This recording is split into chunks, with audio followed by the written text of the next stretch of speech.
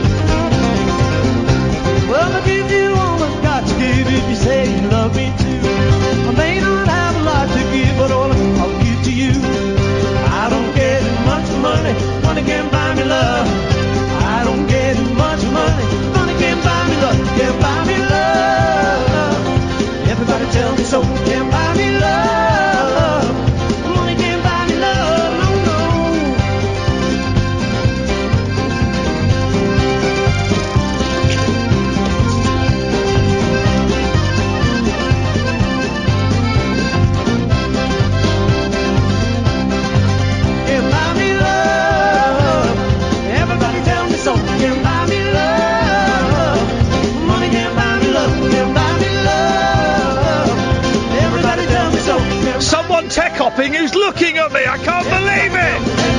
Can't believe it!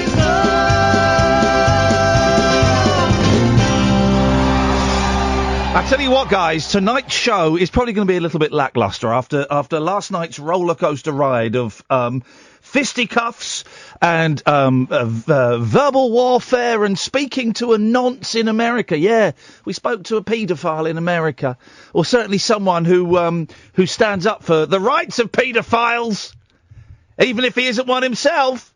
And we had an Ofcom complaint. Apart from that, great show last night, great show. But do you know what? I'm feeling tired. I'm feeling tired, and maybe it's just time just to do a nice relaxing show, shall we? 0344 499 1000. Good evening, Alan. Evening, Mark. Yes, Alan? I'm just saying, there's a big night in football tomorrow night. Two big matches. Literally couldn't care less. And if you're a Liverpool Villa fan... I don't know if you heard me. I said I couldn't care less, and yet you then proceeded to tell me about it. Sorry, I can't talk long. I've got to answer the call now. Okay, I'll get rid of you then. As simple as that. Let's try Gavin. Good evening, Gavin.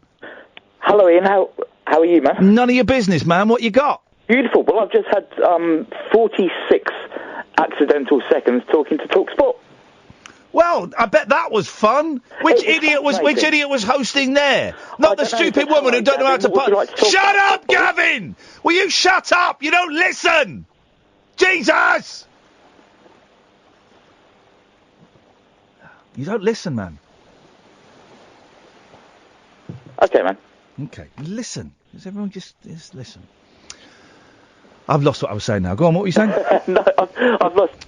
Oh, yeah, TalkSport. Yes. And they asked me how much I knew about football, and I said, well, I was trying to get through... Why is it right? Can we not... You're the second caller to talk about football, to someone who doesn't care about football. I don't know anything about... Thanks very much. Why is it... 2 calls in... God, this is a rough start to this. It's supposed to be a laid-back... vibe tonight. I'm really tired. And some stupid idiot parked really... We've got a tiny car park here. Talk Radio and Talk Sport. Tiny car park that we share, right? Little bit of the car park belongs to the building next door, and that man got so angry with me parking my car in his parking space. I didn't know it was his parking space. He put up bollards around it, removable bollards.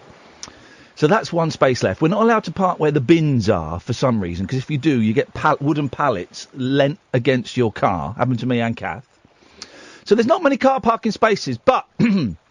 with a little bit of luck and a bit of imaginative thinking, you can park in the car park Tetris-style, right? And you can easily get 1, 2, 3, 4, 5. You can get 5 cars in that would still allow people to come and go, right? You can get 5 in without blocking the entrance.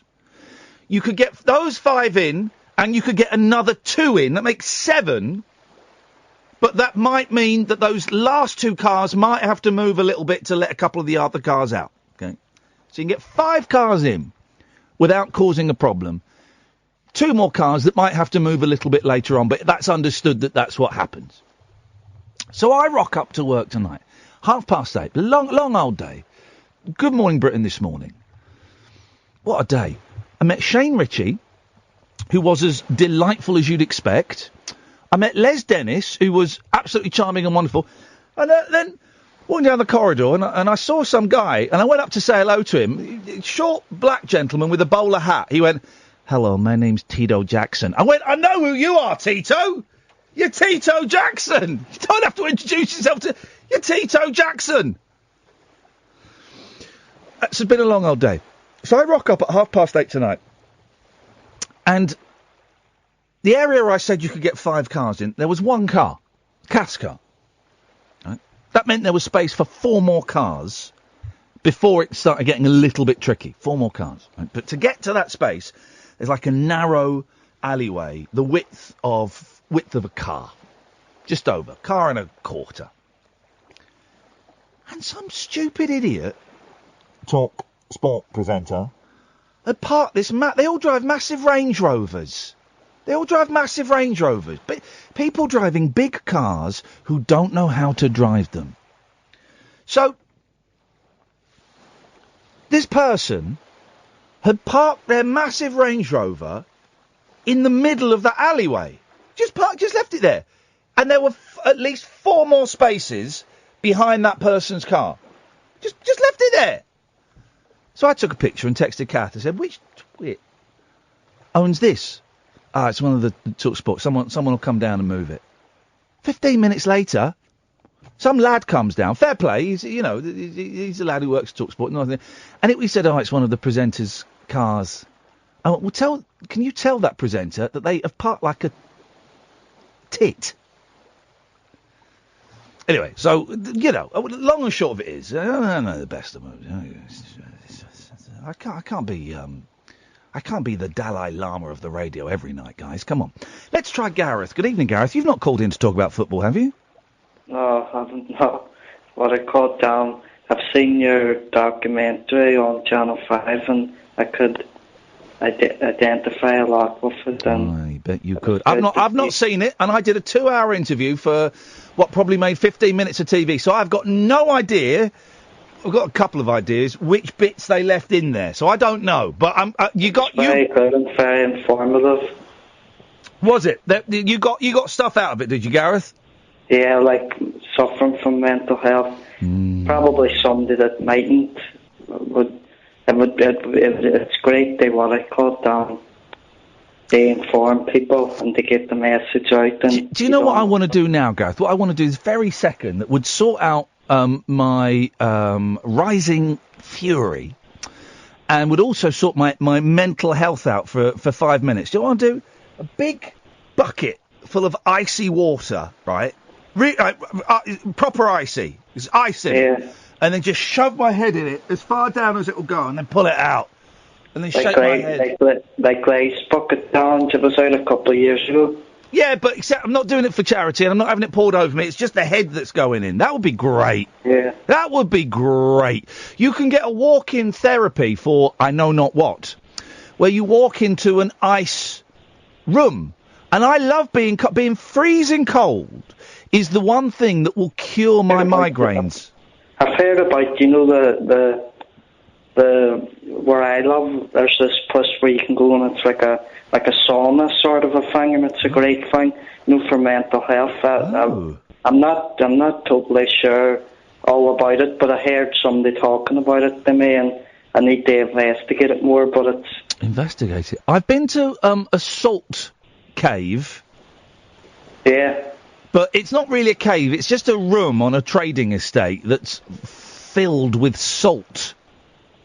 Yeah, sounds great. Like, It's great they get something where you can just adjust and you can just sort of be more relaxed, because that's what happens to me. I would be sitting in tender hooks at times, and just have to remember it.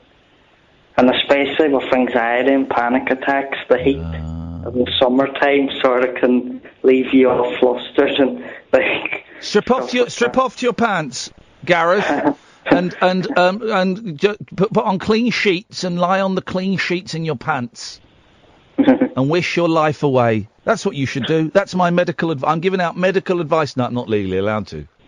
But that's my advice. That's my medical advice. What I caught, it's appreciating the small things too, like a walk. Yeah. Picking things that you would take for granted, like looking up at the sky and just wondering how great everything is, instead of focusing too much on the negative. I love a good old walk. A Zen power walk is right up my strasser. Gareth, have a good weekend, fella. Cheers for calling. Right then, same to you. Thank you, bye. Tutty bye, tutty bye. Let's go to Ricardo. Good evening, Ricardo. Hi, Ian. Is it going okay tonight? Is it a good show, or how are you feeling? I don't know. Are you listening? Yeah. What do you think of it so far? I think it's pretty good. Okay. I mean, you can't cut it pretty quickly. So that means it's a good show, does it? It's kind of a good show. Okay. But, fine. No, I worked something out the other day and I thought of you. Yeah, go on. I've realised for on and off, about 8 years or so, I rewatch Enter the Dragon. Oh, yeah.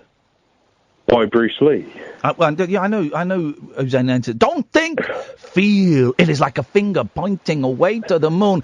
Don't concentrate on the finger, or you will miss all the heavenly glory. So he says it says glory. Don't concentrate on the finger. Sorry? But yeah, I've just realised every 8 years or so I have to watch. I don't have to, but I do. Mandatory watch Enter the Dragon. It's a great film. It's the art of fighting without fighting. But it's like really not that great, but it's brilliant, isn't it? Right, hang on a second. YouTube, you can go and kiss your... I've had enough. People... Right, just, Ricardo, stay there. Here's the thing, right?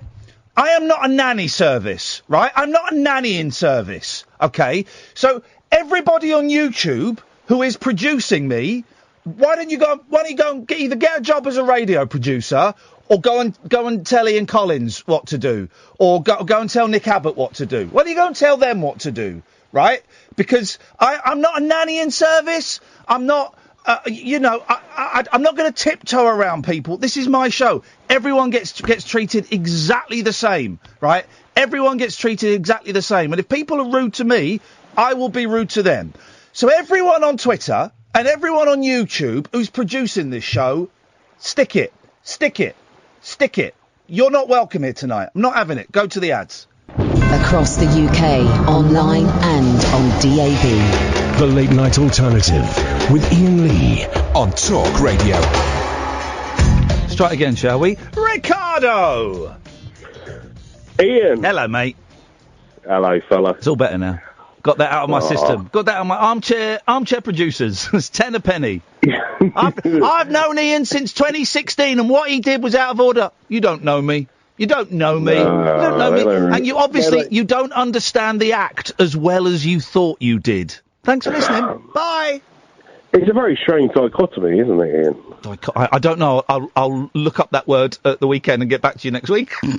I know what dichotomy means. It's when you're holding a fish in one hand and a puma in the other. Well, yeah. Kind of is. Happy day. But no, yes. I was going to say, in Enter the Dragon... Yes. Every 7 or 8 years, what a great film. Oh, it's a cracking film. You know... Favourite line from Enter the Dragon? Oh... Hey, Mr. Handman. No, say the proper line. Oh, I thought that was the proper line. Hang on, let me do it again.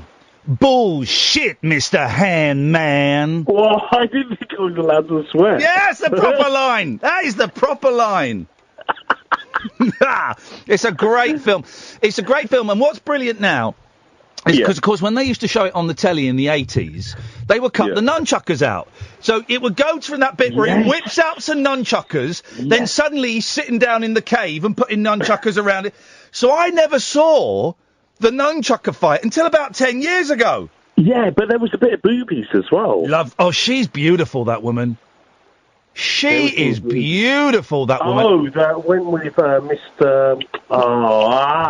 With the American guy. Yes. I had such a crush on her as a 10-year-old. Oh, tell me about it. Wowzers. She was like, I literally thought I was going to marry her. Oh, yeah. But then Jim Kelly, when they bring in like 20 hookers and they go, pick one. He goes, I'll have you and you. Exactly. And he picks 10. He goes, the rest of the ladies, sorry, I need an early night. yeah. I'm a little bit tired. Come on. You know, it's been a long flight, Ian, if anything. It's been a long flight. It's a good film. It's a really good film. And it's a great film. But I watched Rush Hour 2 a couple of days after, and I was like... Does it not stand up? I used to like the Rush Hour. First couple of Rush Hour movies I liked a lot. Does it not stand up? I like the bloopers. It's a bit like Smokey and the Bandit. Yeah. I like the bloopers maybe more than the film. You know why the bloopers are in it? You mentioned Smokey and the Bandit. It's because Burt Reynolds was a big fan of Jackie Chan's, and he was trying to break Jackie Chan in America in the 70s and 80s. That's why Jackie Chan's one of the films. He's in Cannonball Run, playing a Japanese man, even though he's from Hong Kong. But yeah, Burt Reynolds was a huge Jackie Chan fan. Yes. Yeah, because with the computer, the car that was a bit like Kit out of Knight Rider. Yeah, it was, wasn't it? It was. Yeah. I have not seen... Do you know what I could do with... Saturday? Tomorrow I'm going off to interview someone, and we're going to play it out one night next week. I'm really thrilled about going to meet this young lady. Then I'm free all afternoon, and I'd really like to watch Cannonball Run, followed by Cannonball Run 2. I'll get in. That would be my perfect Saturday afternoon. I don't know if anyone can make that possible for me, but that's exactly what I'd like to do. They are funny films, man.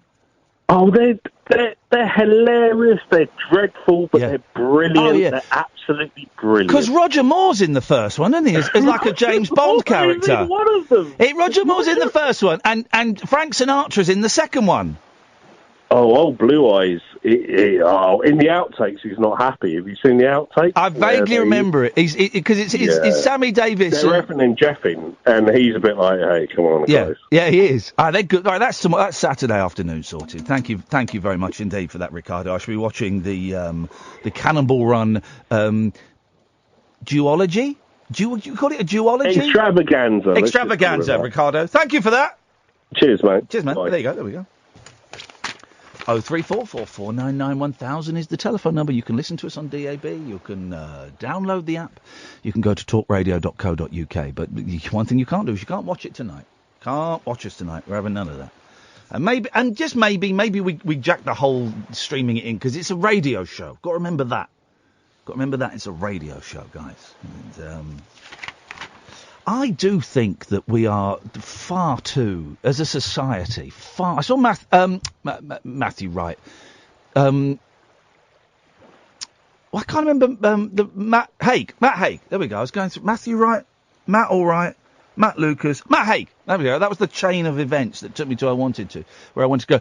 He came off Twitter today for about 20 minutes, as predicted, and went back on Twitter. Fair play. He was commenting on the Irish vote that's going on today about abortion. You're going to get a lot of flack. Whatever you post about that, you're going to get a lot of flack.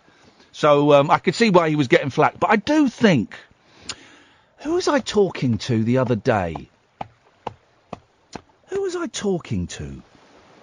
I don't know. But I was talking to someone about this whole thing of if I do a radio show or a TV show and people don't like it. Back in the days, 20 years ago, they would go, right, I'm gonna write a letter of complaint about this. What he said there was outrageous. Right, where's a pen? We got any paper?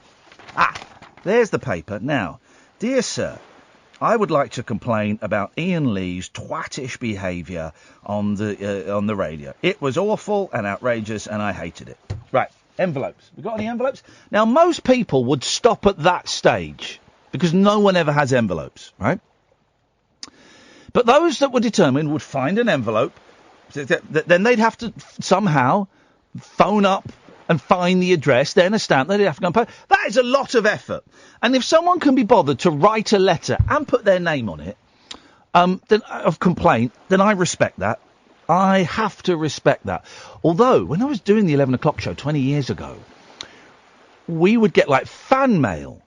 But we never got, like, hate mail. And one day I was walking past this desk and there was a letter addressed to me and Daisy Donovan, who I used to do the show with. And I went, "What's a letter for us here?" There was a big pile of them. There's a pile of letters. So we opened the first one. Oh, God, it was horrible. Oh, God, it was horrible. I want to inject Daisy Donovan and Iain Lee with AIDS and send them to a tropical island so they can die slowly. Wowzers. But nowadays, if someone doesn't like something, don't even email me. Even emailing me seems like a big faff.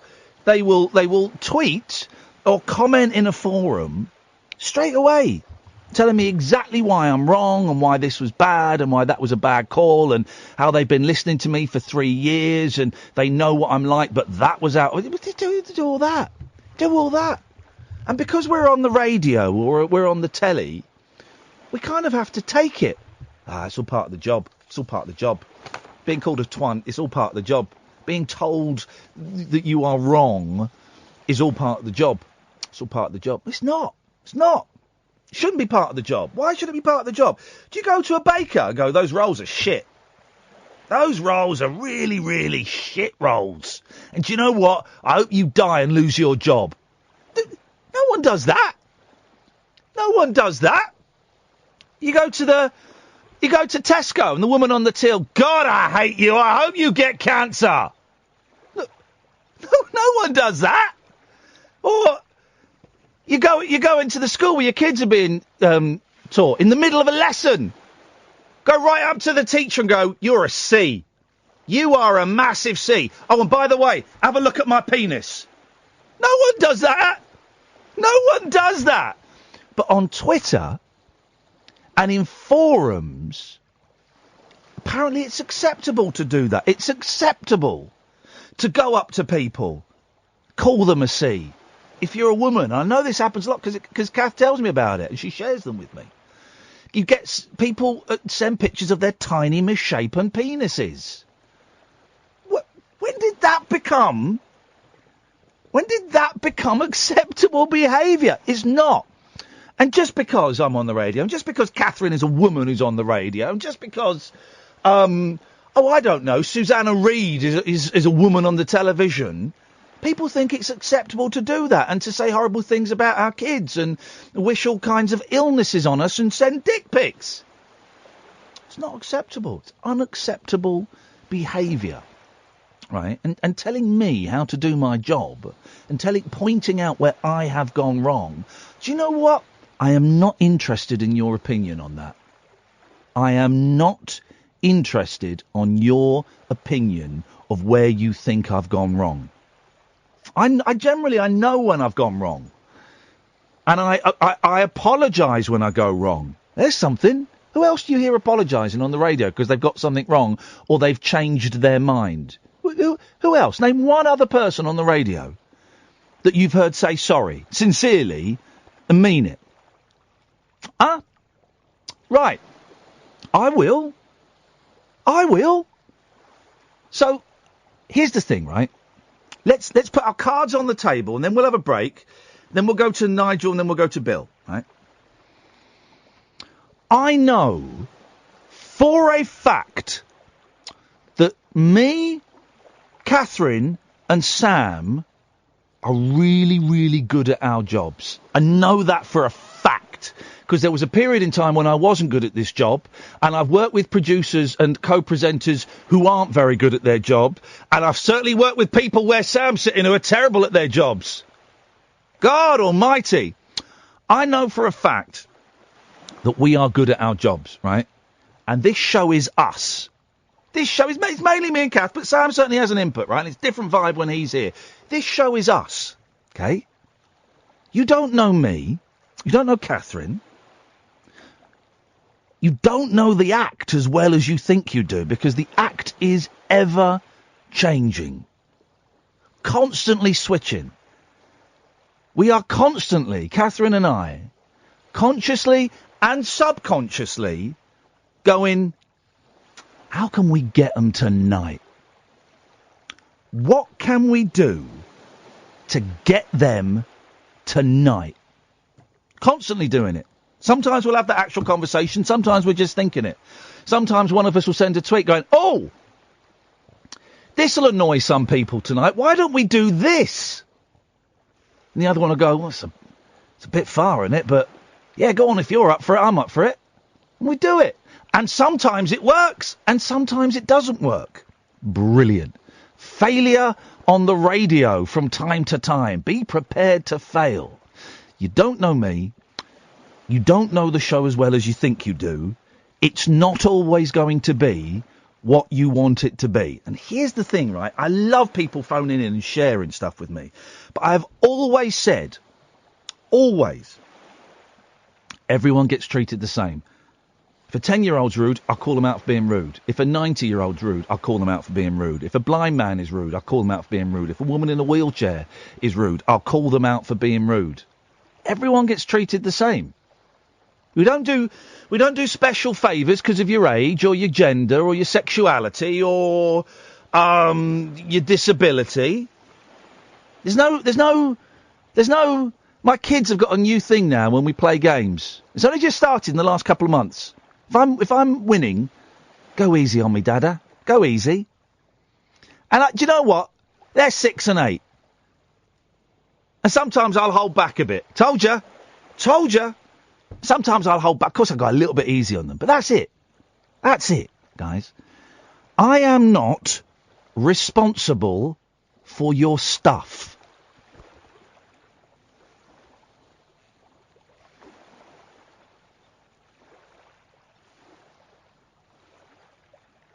And people on the YouTube channel, you still haven't got it. You still haven't got it. He's cut us off to annoy us deliberately. No. I think I know his act fairly well after years. No. You don't. You don't. You know bits of it, but you don't. Anyway, enough disappearing up our own fundaments. We've got Nigel, we've got Bill. 0344 499 1000. This is the Late Night Alternative on Talk Radio. The Late Night Alternative with Iain Lee on Talk Radio. We'll get you talking. 0344 499 1000 is the phone number. Good evening, Nigel. Evening, Ian. Yes. Good evening. How's things, mate? All right? Yeah, things are all right. Sorry about my language last week. It was bang out of order. What did you say? No, don't tell us what you said. I said the F word. Okay, well, that was bang out of order. It was a straightaway red card. Yeah, well, we can't allow that. But in the interim, I have got hold of Nico, that hilarious video fella that he had on. Oh, the lad. Yes, of course. Sorry, my mind was a complete blank then for a second. Yes, he is fantastic. He's brilliant, isn't he? I said, come down. You need a base in London. Yes. Come down to me. You can stay with me. What? Hook up with me, and you can go into town and do your thing and come back. Wait a minute. You're offering to put up a young man in your house? Yeah, my family abode. Yes. Okay. And what did he say to that? He was quite willing to get involved with a sensible person. Okay, and did you know a sensible person that you could put him in touch with? The neighbour vouched for me, so yes, it was. Okay, I think he lives in London, so why would he want to stay in your house in London? I think it wasn't the impression I got, but I found him a very great, good young person who was out there and willing to stretch these ridiculous people's imagination. Yes. Okay. I don't know what you're talking about, Nigel, but that's, I'm sure someone must do somewhere. Can we do a little bit of karaoke, me, you and Cass? Got a great song lined up. I've got a new computer, and I think the sound from this system will really flow through your sound system and really develop And well I think it's going to flow through the sound system and really develop well down the phone line. I think this is a start of a great online relationship between you, I, and the listener, and everything that I can give to you, and everything that music has to give to the people. You're Nutty McNutnuts, aren't you? Oh, that sound system is great! Oh, come on. Who is better than Whitney for a Friday night? Well, I can name some living people, I don't. Yeah, but, for people that don't have living people with them. Ghost hunters. All right, go on. Sing. Oh, I'll have to sing as well. You said you wanted to... Oh, mama, ba-da, it's the wrong way. Okay, right.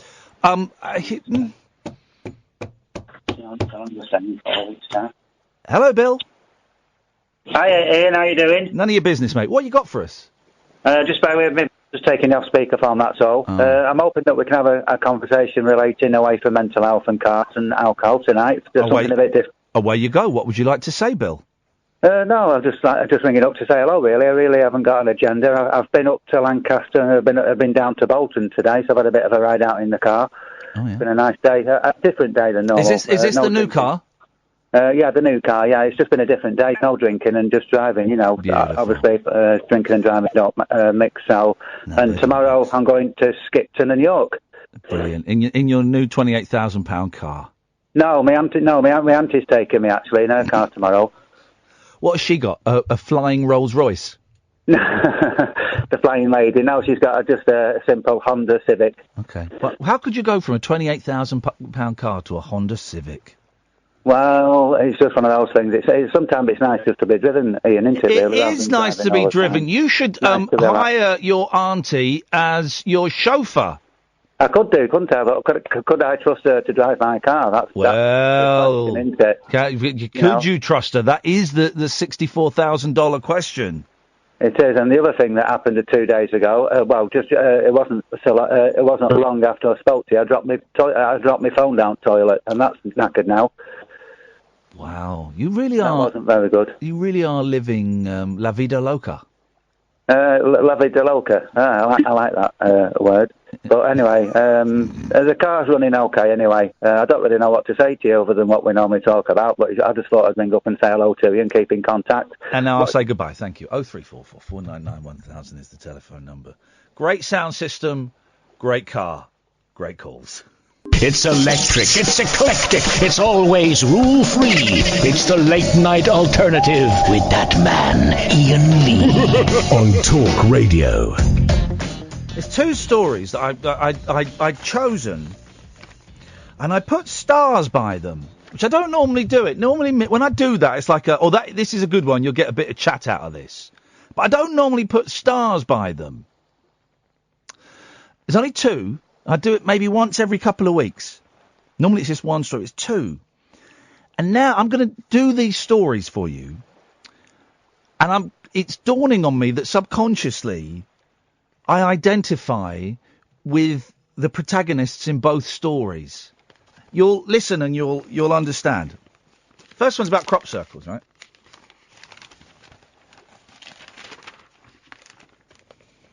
A farmer... So identify with the farmer here. This is great as well. It's a great picture. A farmer has sent a cheeky warning to hot air balloonists by mowing "piss off" in his field. Huge letters. Huge letters. Look at that. The crop circle style message is huge. Only visible from the air. Appeared on a Google Maps satellite image. Located in Nettleton, Wiltshire. Locals, in Nettleton, Wiltshire, spotted it in grass next to detached houses on a country lane. Balloons occasionally land in the area, which is on a route used by flights from Bristol, 16 miles away. Local Janet Freeman, 77, said, "I suspect they could be warning off hot air balloons from landing." Ex-lorry driver Eric Jeffrey, 83, who lives nearby, said, "It's a great bit of fun. The kind of tomfoolery I'd enjoy back in the day." You seen the picture, Kath? It's a great picture. It's massive. I mean, it's massive. The letters have got to be 20 feet, at least. Bigger. Eric continues, "It beats this spray paint business. I hope anybody flying over in a plane or balloon has a chuckle." The landowner was unavailable for comment. Right? So, first thing that I identified with the other story.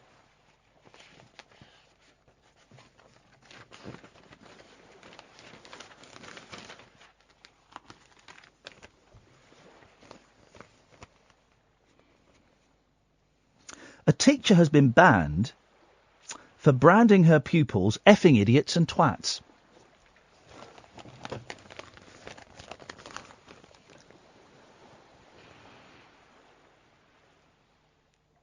Elizabeth Woods, 39, also stuck her middle finger up at one student and described her marker as the magic pen of sex.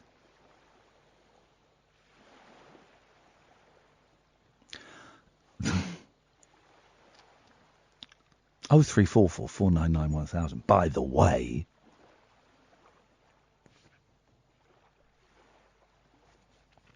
a probe was launched when a lad said she gave him the bird after ordering him out of a class in 2016.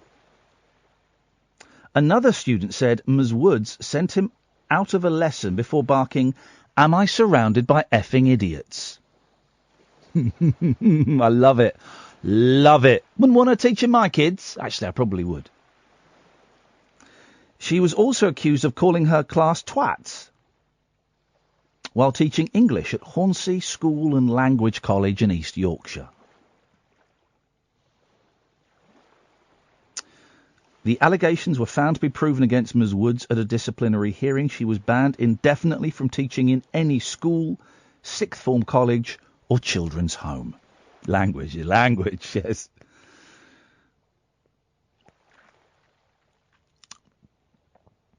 Ms. Woods, who joined the school in 2013, accepted in a statement she may have used inappropriate language.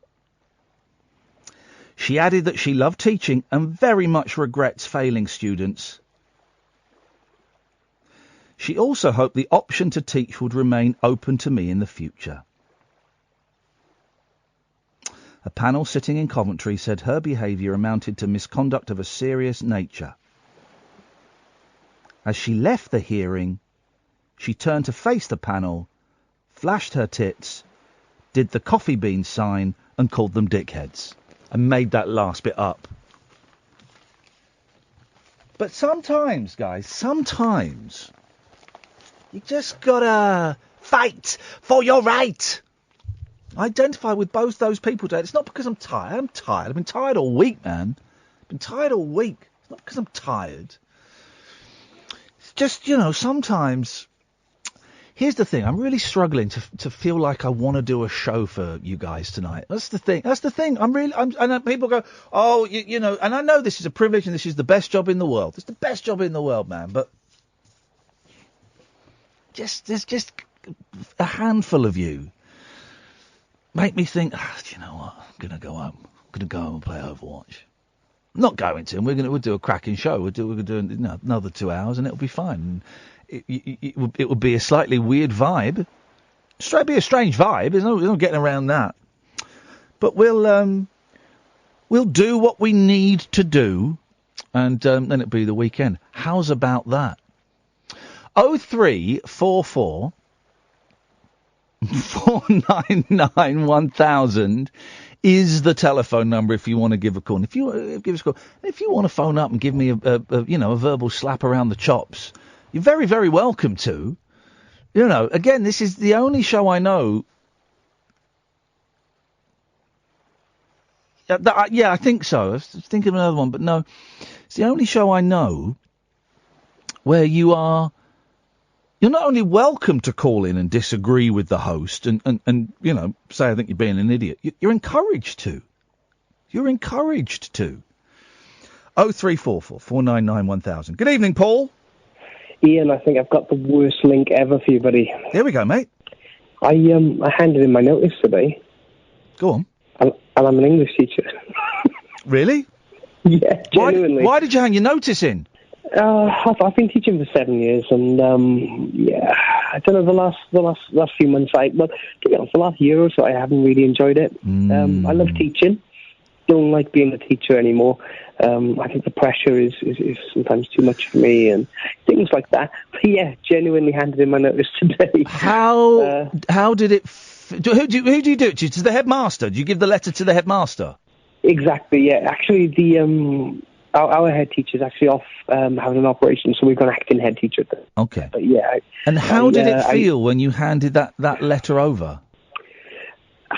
A real big mix, man. A mix of obviously there's a nervousness of the uncertainty. I don't know what's going to happen next because I have nothing lined up.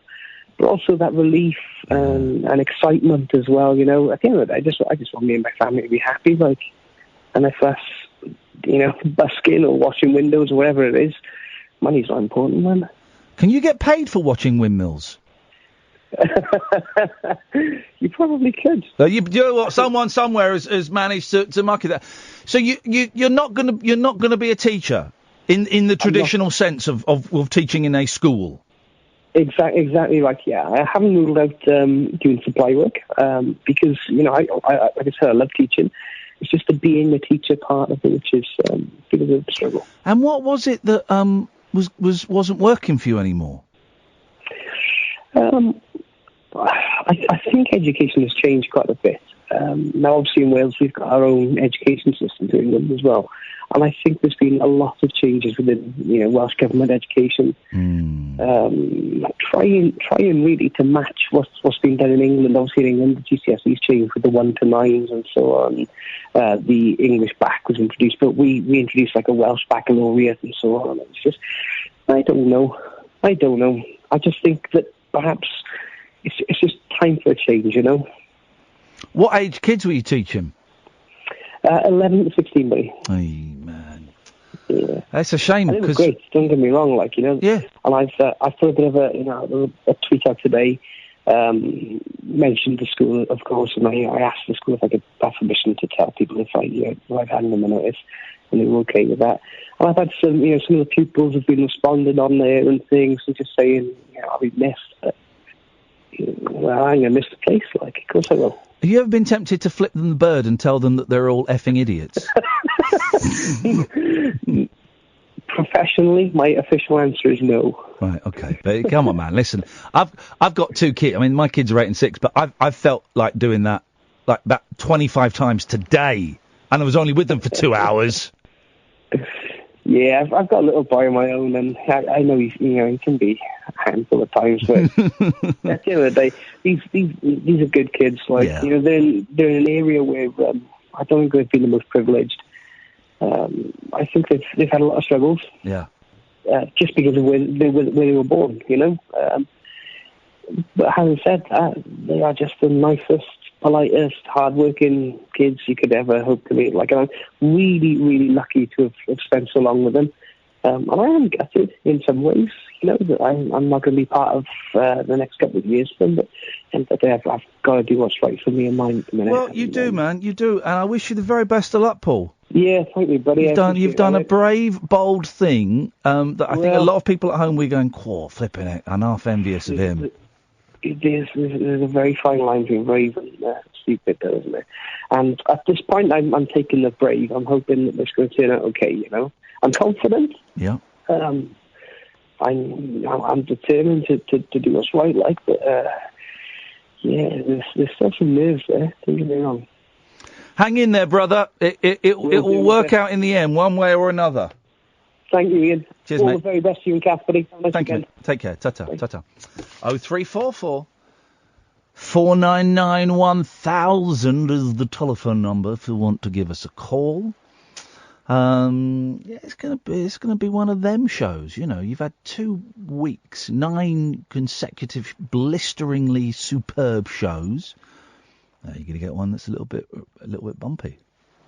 It's all right, isn't it? It's all part of life's rich tapestry. If you want to give me a call, 0344 499 1000, the late night alternative on Talk Radio. The Late Night Alternative with Iain Lee on Talk Radio. We have ways of making you talk.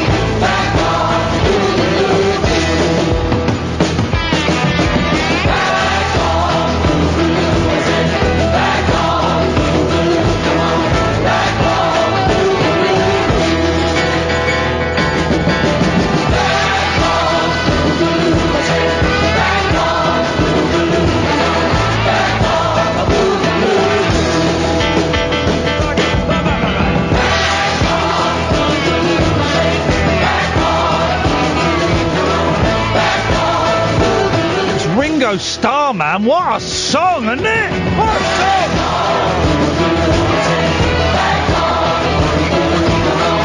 a song! It's him channeling his inner Mark Bolan. Bolan, I think, may even be playing on it. I'm not sure.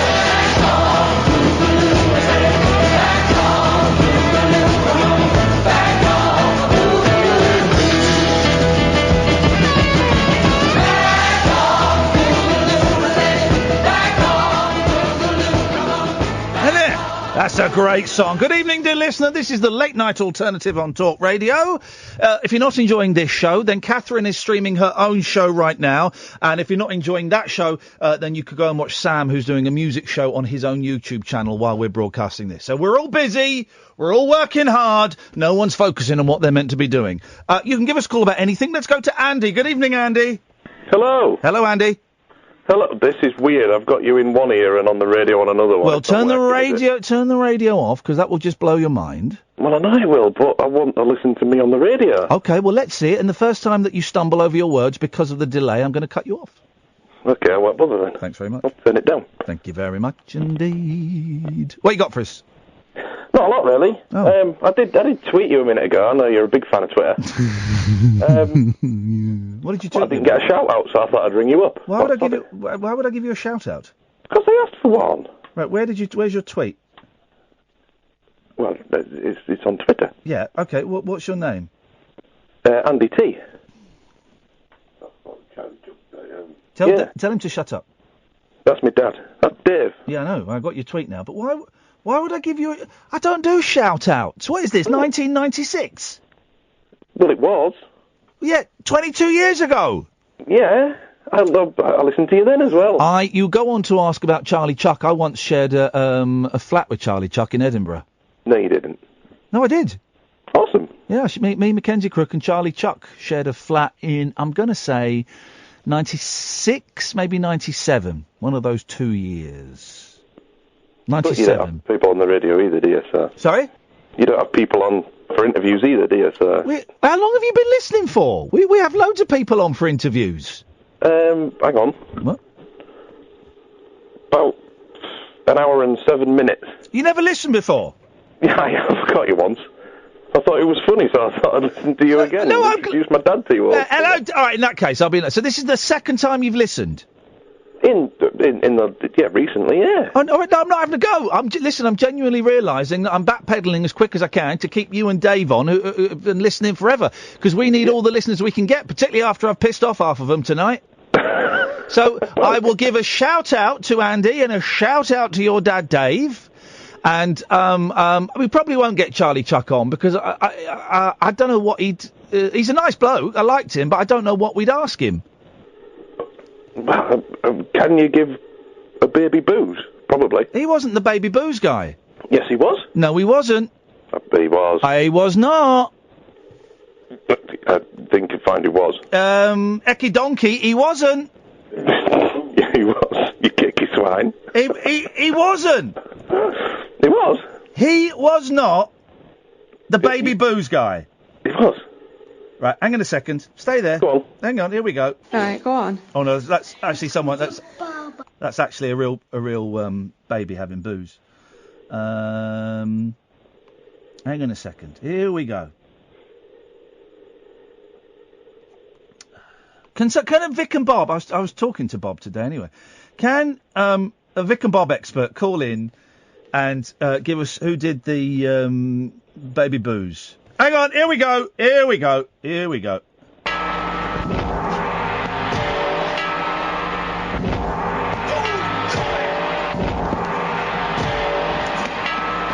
Hang on.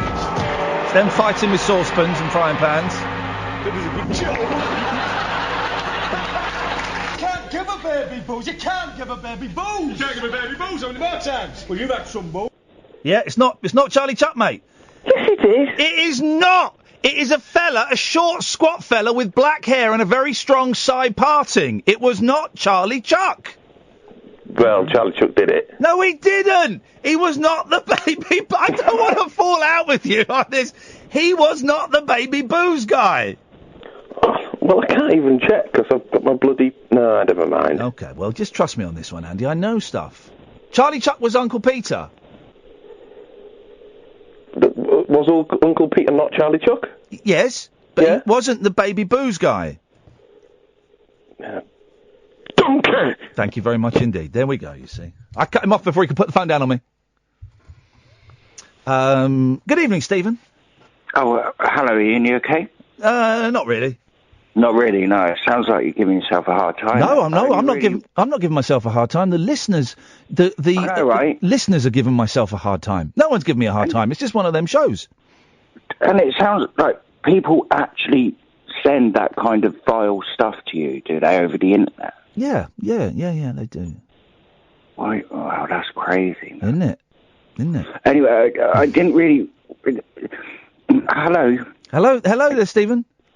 And that lady who answered the phone was really kind. I was just ringing up to say hello, really, just to say, like, I'm enjoying the show. Well, if other people ain't, like, just sod them, innit? It's Stephen. Really swore that. Yeah, well, thank you very much indeed, Stephen. And the lady who answers the phone is very, very nice. So it's Catherine Boyle, ladies and gentlemen. Andre, was the lady who answered the phone very, very nice? Oh. Just try that again. French. She was French. Was the French lady who answered the phone very, very nice? Yeah, she was très bien. Beautiful. Right, very good. Oh, how are you, Dave? I'm all right, thank you. Right, that's good. Top of the morning to you. Here we go. Easy, Tiger. Oh, I haven't got my lappy on. Great. I would like a proper rendition of that song yesterday. Say that again, Andre, because all I got was like one slurred word. Sorry, there's a lot going on here at the moment. Yes. But I would like to sing a proper rendition of that one. I'll say like the Joe Strummer, yeah, by the Clash. Okay, beautiful. But I haven't got my lappy Not on, now, mate. right, okay. So you're phoning us up to tell us what, that you're going to do it later tonight or later next week? Possibly later tonight, if I can get through again, yeah? Trust me, you will. It's a very quiet night on the phones tonight. Yeah, nice one. And all I was going to say is keep your pecker up. Andre, thanks so much for that tip. Yeah, no probs. Good evening. Got dog hairs on my laptop. They're dog hairs. They're white. 0344 499 1000 is the telephone number. Tell you what to do. Between between now and midnight, just between now and midnight, I'm going to take calls straight to air because there is a strange vibe. I'm going to take calls straight to air, and we'll just see what happens. Maybe there's strangeness from me, definitely. I'll appreciate that. There's strangeness from the callers, strangeness from the listeners, and now that we've shut down the chat on YouTube. And I'm not responding to tweets. Let's see if we can squeeze some of those some of that input out of the internet and onto the telephone. Should we try that? So 0344 499 1000 is the phone number. We won't call you back. Good evening, line 1. You're on the wireless. Hello, line 1. Okay. Let's try line 2. Good evening, line 2. Hi. Hello there. How are you? All right? None of your business, man. Oh, come on. Let's try line 3. Good evening, line 3. Hello, Ian. Hello. Hello, can you hear me? I can. Do you want to turn the radio off? Otherwise it gets a bit confusing. Yeah, I've done it. There we go. Perfect. Well done. You've just earned a point. Oh, cheers. How are you?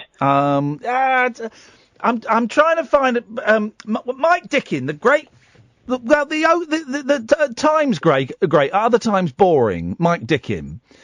His line was whenever people would phone up and say, "How you doing, Mike? My health is not in question. What have you called up for?" And it's a great line because it just gets to the point. And I'm trying to find a succinct and polite way of saying I don't want to answer that, and I've not found it yet. So we'll see. That's fine. Have you got your pants on? Have I got my pants on? Yes, and my trousers, and a shirt and some socks, but I don't have my shoes on or my watch.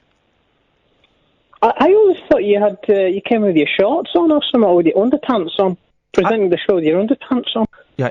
Somebody said that to me. I don't know if that's true or not. Well, what would you like it to be true? Please. Then yes, it's true. Oh, man. Yeah, you liking that? Yeah, I gotta go. I gotta go, please. I gotta go. Love you. Bye. Wow. She was enjoying that. 0344 499 1000. We'll take calls straight to air for the next 45 minutes and just see where that takes us, shall we? This is the Late Night Alternative on Talk Radio. Closing time conversation for tax inspectors, taxi drivers, and taxidermists. Great big talk for the wee small hours. You've been trolling me big time, mate. The Late Night Alternative with Iain Lee on Talk Radio. 0344 499 1000. I've seen the mail. Thanks very much indeed. That's a hate crime what you've done there. This is the Late Night Alternative on Talk Radio. It's a weird vibe to the show tonight. Very strange vibe. There's something in the air. I'm not in the greatest of moods, but I don't think so. I don't think you are, dear listener, either. I don't think you're in the greatest of moods. And when two sides are in not particularly good moods, not hugely bad moods, but just not particularly good moods, they're kind of great and rub each other up the wrong way. And I think we're rubbing each other up the wrong way tonight, aren't we? And I don't quite know how to push through it. Doesn't matter. None of this matters. Here's the thing. This isn't important. Who's going to talk about who's going to talk about this show in a week's time, in a month's time, in 10 years' time? No one's going to talk about this particular show tonight. Doesn't matter. Doesn't matter. Once you accept that, it's free. It's very freeing. What is the date today? So it's the 25th of May. As if people in June are going to go, do you remember that Friday night show that Ian did on the 25th of May? Where it got a little bit tense at the start and he had to go at the YouTubers, which is like 0.001% of the people who listen. And then it was a bit weird and a bit... No one cares. No one cares. None of this matters. None of this matters. Once you accept that none of this matters and it isn't important, then you can move with complete clarity and complete freedom. We're going to take calls straight to air until midnight and see where that takes us. See if it takes us anywhere. It might do, it might not. Don't know. I've got all the lights on in the studio and I've got the green underfloor lighting to try and create a vibe. Or to try and change the vibe. I don't need to create a vibe tonight. There is a vibe already present in the atmosphere. It's to try and change the vibe into what? I don't know, but it needs a nudge, doesn't it? It needs a nudge. So I'm just trying to nudge it. It may work. It may not work. You've had 9, possibly 14, but let's be modest. You've had 9 of the best shows I've ever done in a row. That is true. That is true. Possibly 14, but I don't want to be cocky, so I'm going to say 9. So tonight, I think we can do, we can just kind of just hang out and see what happens. We can dangle our feet in the water and see what happens. There's one person calling in, and they've been on a little bit already. All right, let's try this one more time. Hello, caller, you're on the air. Hi. Yes, hello. How are you? All right. What have you got for us? How do you get to the live streaming on the internet to watch you live tonight? It is not operating tonight. Well, that's why I can't get access. That would explain it. You can listen to us at talkradio.co.uk. Close your eyes and allow the theatre of the mind to open up for business. Well, sounds great. What you got to the weekend? Anything? Tomorrow I'm going to interview a young lady called Kirsten, who we've talked about on the show a bit. I'm going to go round to her parents' house in Milton Keynes. She was the young mum who was attacked by her next door neighbour. Horrible story. Was horrifically burnt and just a horrible story. Oh, yeah. Yeah. So I'm going to go. I did hear the story. I heard the story. What are you interviewing her for? Just for this. We'll play it out next week. Radio or for the TV? For this. We'll play it out next week. And just want to chat to her. I was so moved by her story in a way that I don't get moved by news stories because I'm kind of like a lot of us. I'm immune to it. But there was just something about her story that just there's a got lot me. of terrible stories about, and it dilutes your ability to feel compassion for someone. Sometimes. Do you feel the same, Nigel? Do you get that? I do, especially that lady. This week there was the case where the guy who had to go to Veritas or the place where you Dignitas, Veritas. Dignitas, the gentleman who had acid poured on him by his girlfriend. Yes. And that was horrific for me. Also this week, the fire that killed the 4 kids was, for me, very, very terrible. And those people got found guilty. Do you know what? I have tried to avoid that story, that fire. I've seen bits of it, I've heard bits of it, and when it's on the radio, I'm in the car. I've switched off because I don't want to know. I don't want to know. The little bits I've heard are too horrific. The thing is, this terrible, terrible news has always been there, but it seems to directly input into our daily life sometimes. And it's really hard to avoid it, especially if you've got family and you want to create a positive environment for them. It's hard to avoid that in that bang instant when it does come in. It's everywhere and all the they're time, aware. and it's not disrespectful to the victims to switch the radio Not at off or to avoid You're it. trying to protect your little bubble. Totally. That's what you're trying to do, is And create a perfect bubble for And your there's no family. shame in that. There's no shame in wanting to avoid the horrible things that happen in the world. And we shouldn't feel bad for doing that, because we're creating a positive environment for our kids. Yeah. Yeah. So it's important. That's quite horrific, those stories, but it is important that they understand that there are rascals about. Yeah. No, it is. Need knuckle sandwiches sometimes. It is, and which is why this story of Kirsten and her daughter Madison.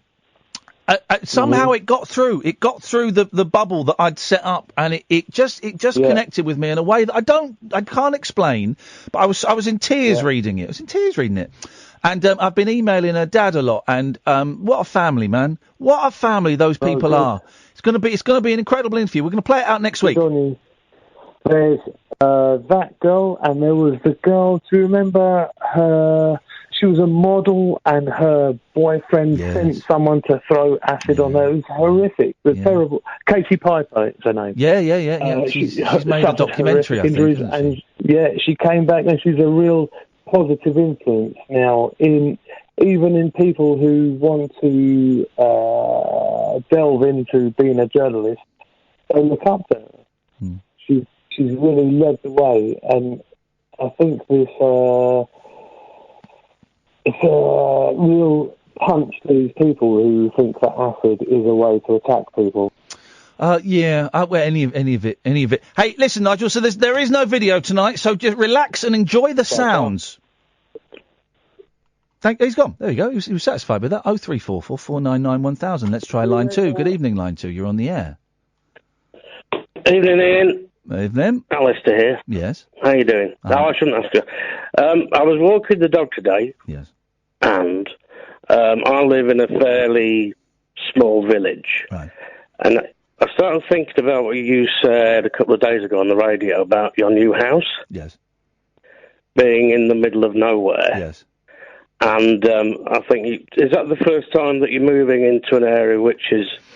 I have no connection with it. I don't know anyone there. It's miles away from people that I know. Yeah, that's exciting and terrifying. I think you'll be fine because you'll be able to meditate. Oh, that was going to be plenty of meditation. Plenty of that. You know. Yeah, there's going to be a lot of that, a lot of listening to records. I've seen the CD shelf. Saw a CD shelf that holds, and they didn't make these a few years ago, holds 1,200 CDs. Oh, I've got about 600. Brilliant. So plenty of room to carry on the collection. Are you going to get some jazz CDs? Because you said that you were into jazz. I might. I'm softening up around jazz. As I approach 50, I'm softening up. I might get some. Because I started listening to Jazz FM, which is one of the stations listed on the Skybox. And it's brilliant. And I did actually do something mad and forked out for a very expensive amplifier, Ian. Yes. £2,000 worth. And it absolutely sounds out of this world. I've just had... Right, Alistair, listen, I've got to move on because I've just had an email. Listen to this. Listen to this. I'm yay close to going home, right? Right? Hi, Ian. I'm writing for my friend. He's been a huge fan for about 20 years. Today, he decided to unfollow, in capital letters, all of your accounts and fan pages. He said it's because of you constantly ignoring him and being rude, although him being friendly. That's just what he said. Didn't ask for details or so, and I don't want to evaluate that. I'm feeling sorry for him. And now we all think that he might deserve an apology or anything like that. Surely he would be happy about a little tweet. He's such and such. Please don't tell him I wrote this.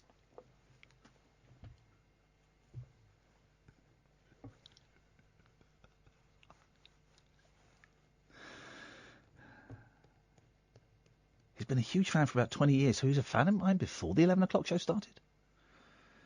Today he decided to unfollow all of your accounts and fan pages. He said it's because of you constantly ignoring him. Here's the thing. I know I don't actually have to explain myself.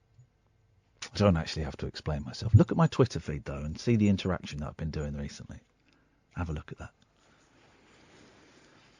Jasmine, you can get screwed as well. Jasmine Summer emailing me. No, it doesn't work like that. It doesn't work like that. Dear God. Let me just check he definitely has unfollowed. Yeah, he's unfollowed. Yeah. Yeah.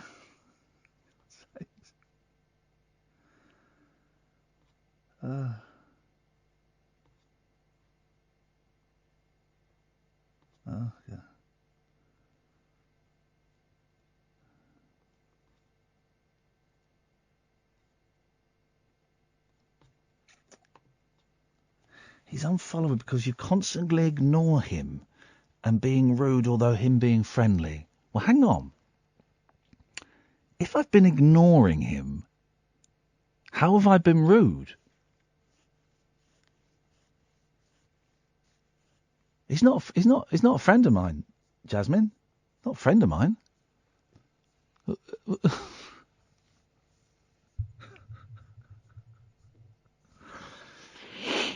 Hang on. Let's go to the trailer. Neon lit night talk for torch singers, trolley dollies, and train wrecks like me. Never know just where the conversation will take you. What I'm going to say sounds ridiculous. The Late Night Alternative with Iain Lee on Talk Radio.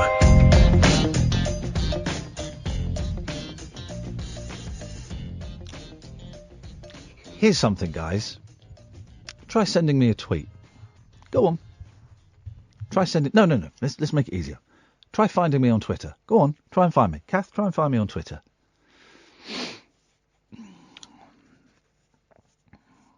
Go, dear listener, try and find me on Twitter. Have you got me?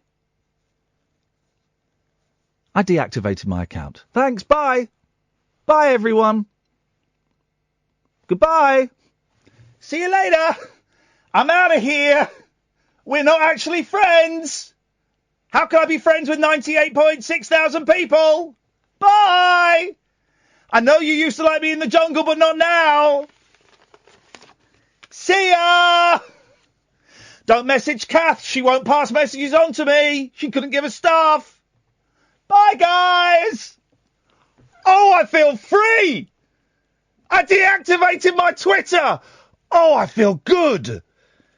Thanks, Jasmine, for that. You gave me the courage to do that. Thank you. Thank you, everybody. Thank you. Let's go to line 1. Oh, I feel good. Line 1, you're on the wireless. Hello, geezer. Your Mike Dickin answer could be, I'm armed and ready, sir. Let's try it. Go on, then. Ask me how I'm feeling. How you feeling tonight, Ian? I'm armed and ready, sir. Or you could try this other one. Yeah, you could say, my lawyers have advised me to answer that question. My lawyers have advised me to answer that question. No, to not answer. Okay, that go on, try it. How are you tonight, Mr. Lee? My lawyers have advised me not to answer that question. Let's face facts here, and they're both rubbish. Commissioner, put out, please, sir. Permission granted. Thank you very much for your honesty. It's appreciated. Line 2, you're on the wireless. Yeah, hello. I was just wondering if I could go on hold to listen to the radio, please. Thanks very much for calling.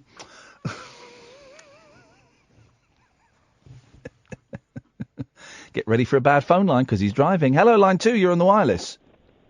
S-word. No, we're not playing that yet. We might play it in a bit. There we go. Taking the call straight to air tonight.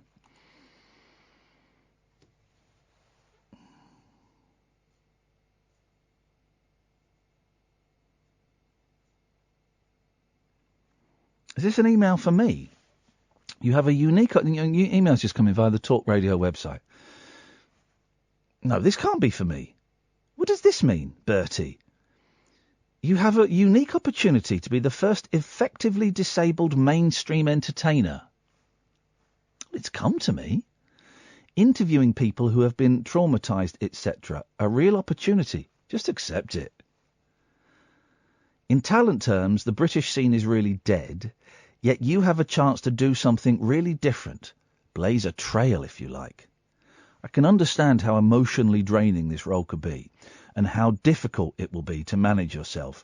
It will be a tough road and may take you further than your own horizons. Go for it. Kind regards, Alex. Wow, okay. That's a strange vibe. Yes, line 1, you're on the wireless. Ian. Yes? Question. Yes? When was the last time you had your balls tickled, sir? Oh, mate, that is a great question. Thank you. Not this. answer Not. is- I'm thinking. This is the thing. I'm thinking. Okay. By myself or someone else? Well, both at the same time, really. At the same time. Okay, I tickled my balls about 2 weeks ago when I was shaving them.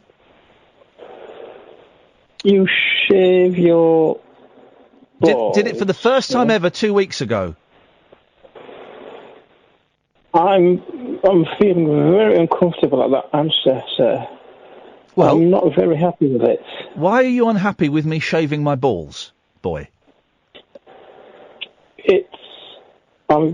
I'm getting rather unhinged. Okay, well you go you go and unhinge yourself. I'm hinging up. Line 2, you're on the wireless. Yeah, no, sorry, I don't want... Go away, pervert.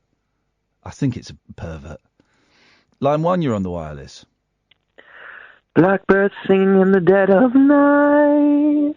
Take these broken wings and learn to fly. All your life, you were only waiting for this moment to arrive. Didn't want to finish it. Well, let's listen to this. This Once is more and we'll do it this all is way the through and version. we'll get Turn it the all mics right. down. All right?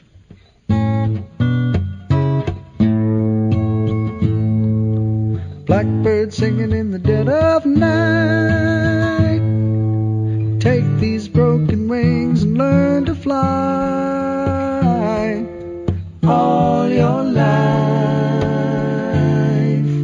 you were only waiting for this moment to arise. Blackbird singing in the dead of night. Take these sunken eyes and learn to see. All your life, you were only waiting for this moment to be free. Blackbird fly, blackbird fly into the light of the dark black night.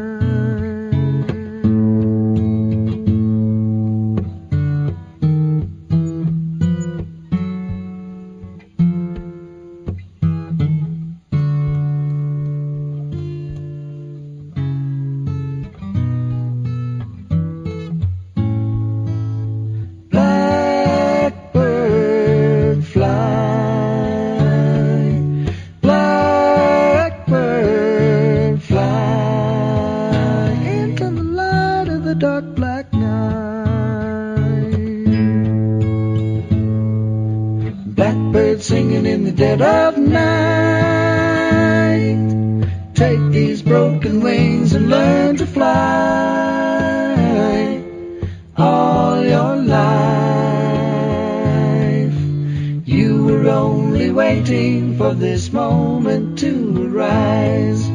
You were only waiting for this moment to arise. You were only waiting for this moment to arise.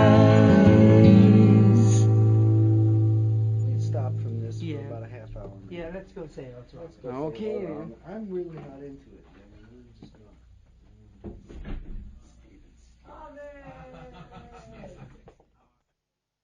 Whispering lunar incantations for cross-parents, cross-dressers. Did you know this about me? And cross-rail workers. Steel and polycarbonate. The Late Night Alternative with Iain Lee. I've got a very poor internet connection. On Talk Radio. We'll take calls straight to air for another 10 minutes or so, then we'll have the news, and then Catherine can come in and join me in the studio, and we'll see where we are then, shall we? Strange vibe, strange night. Everyone's in a peculiar mood. I am as well. I include myself in that. I'm in a very peculiar mood, and I thought for the first 20 minutes, half hour of the show, I thought it was just me that was in a peculiar mood. But it's not. It's you as well, isn't it? And some of you have recognised it, and some of you haven't recognised it, but you're in an odd mood as well today. What is it? The weather? Royal wedding? Half-term? Bank holiday? What is it?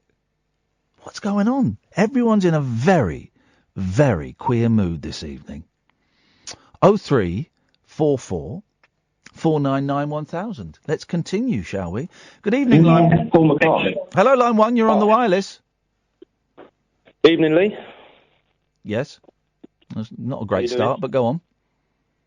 Sorry, Iain Lee. I was just chatting to my missus. Okay. I wanted to talk, change the subject. Okay. We'll change it. We haven't had a subject. Okay, I'll start a subject. I wanted to talk about ISIS. You mean the Greek, the Egyptian goddess? The Bob Dylan song? No. Or the terrorist organisation? Terrorist organisation. Yeah, do you know what? I'd like to talk about ISIS. Yes, go on. This is quite upsetting, really. Something I love that no one else does. My missus hates me doing this, but something you said last night. Yeah. Nothing I love more than absolutely covering myself in talcum powder. Oh, every day. Well, ISIS have got taken control of the talcum powder mines. Is that true? It's a true story. It sounds like a made up thing. I promise you, it's true. There are only a handful of talcum powder mines left. They mine it, just like they mine helium, which I think is nuts. I know. I only found it out a little while ago because everyone stopped making it. Yeah. And everyone said stop using it. It's dangerous. So I thought that was made up. Talcum powder gives you cancer. Does it? It does. And here's the thing, right? It's really dangerous for women, particularly, because obviously, we used to put talcum powder on our bodies after a bath or a shower because it made you smell nice. Dried you up, it made you smell nice. Yeah. Now, obviously, women have an opening downstairs that men don't have, the vagina. And they discovered that talcum powder, if talcum powder goes into the vagina, it can cause cancer there. And likewise, if you put, you kind of cover yourself in talcum powder. If you breathe it in, it can cause lung problems. Oh dear. Yeah, I know, man. And I've always thought of it as one of life's one of those luxury, a pointless luxury. But there's nothing finer than getting out of a bath, putting yourself in some nice smelly talc, putting on your pajamas, and getting into a bed made up of clean sheets. I love it, leaving big footprints on the floor. But you're risking raising your chances of getting cancer. I'm really sorry, man. I'm supporting an organisation now, which I can't do anymore, so I might have to stop. So it's the fact that ISIS are making money out of it is what's stopping you, not the cancer. I think so. Yeah, Okay. I think so. Well, I just thought you'd made it up, that's all. I didn't realise it was true. No, honestly, man, it does sound like a made-up story, but I promise you it's absolutely true. Damn those bloody terrorists, yes. Yeah. Hey, imagine if they set off like a bomb inside a talcum powder mine, though. I mean, God, that would... If they go, right, we're gonna screw the Western infidels, we're gonna blow up the talcum powder. So a fella goes in with in the horrible vest, blows the talcum powder explodes. The talcum powder mushroom cloud. Oh, God, it would look amazing. It smell good. It would. They would smell amazing. They'd smell incredible, wouldn't they? Go on, what was the other thing? Thanks for the map. We received the map a few weeks ago. Oh, Yeah, well, yes. That was a great night. Well, that was, Okay, well, I hope you sleep at night knowing you just blown up a 12-year-old. Yeah, I sleep very well at night, love. I sleep very well. Oh, it's in my hotkeys now. I sleep very well at night knowing that. Well, I'm glad you enjoyed it. Hearing that for the next 2 days on the radio, she was like just looking at me like, what was all that? That's brilliant. I found it the other day and I put it where I've got easy access to it. I'm glad you got it. It was a lot of fun. That we might do something like that next week. I'll have to have a little think. No, that's brilliant. I was listening to you on Periscope earlier on till it all got a bit colourful and you disappeared. Are you feeling a bit odd tonight, John? Do you know what? I was looking at a lot of stuff going on, and my missus said exactly the same thing as you. She just goes, it feels like there's a really, really bad atmosphere, and there does feel like there's sort of two sides, and, Did she say that today? Today, yeah. Yeah, isn't that funny? I think there is. I think there's definitely something. I mean, there is a lot of horrible news, but there always is. But yeah, there is. It does feel like there's something. Isn't it? If you're listening to this, dear listener, and you don't feel a bit off centre, off colour, I don't know how to phrase it. If you don't feel a bit angsty, can you give me a call and let me know that you feel okay? 0344 499 1000. Because I do think, John, that there's something not quite right. Yeah, there is.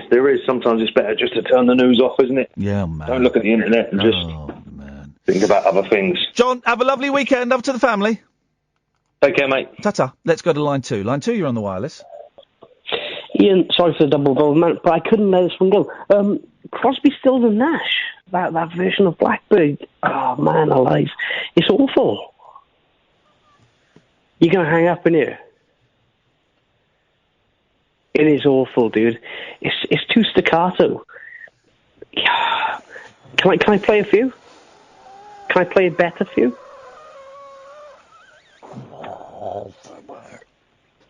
I'll only do if you allow me to, man. Whoa. Go on, mate. Nice. You play Blackbird. I tell you what, Paul. Yeah, go on. You play Blackbird better than the greatest guitarist this world has ever seen, Stephen Stills. Than Crosby, Stills. Okay. So you go and play guitar now on my show better than Stephen Stills, the greatest guitar player ever to have walked this earth. Go on. Right, I'm going to pop you on my knee for this, okay? Dirty Ready? Boy. Yes.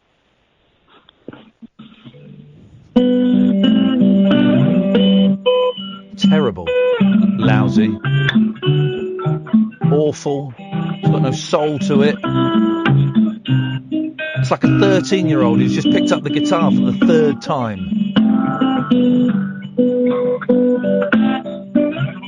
That slide up there is Pony.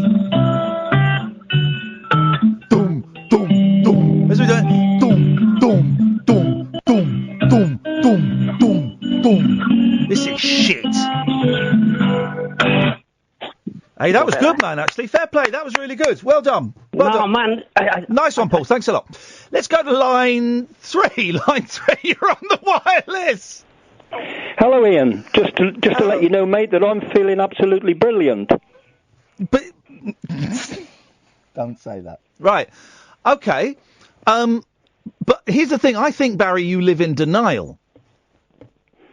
Well, far from it. In fact, I want to compliment you as well. Okay. A couple of nights ago, you played a cover of Daydream Believer by Jon Stewart. Yes, who's not married to Buffy St. Absolutely cracking track. Thank you very much indeed. I'm the Tony Blackburn of Talk Radio.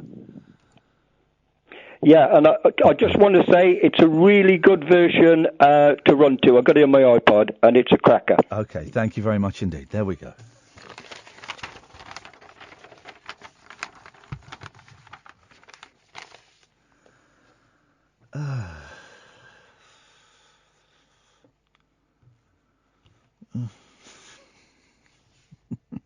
Let's try line 3. 3, you're on the wireless.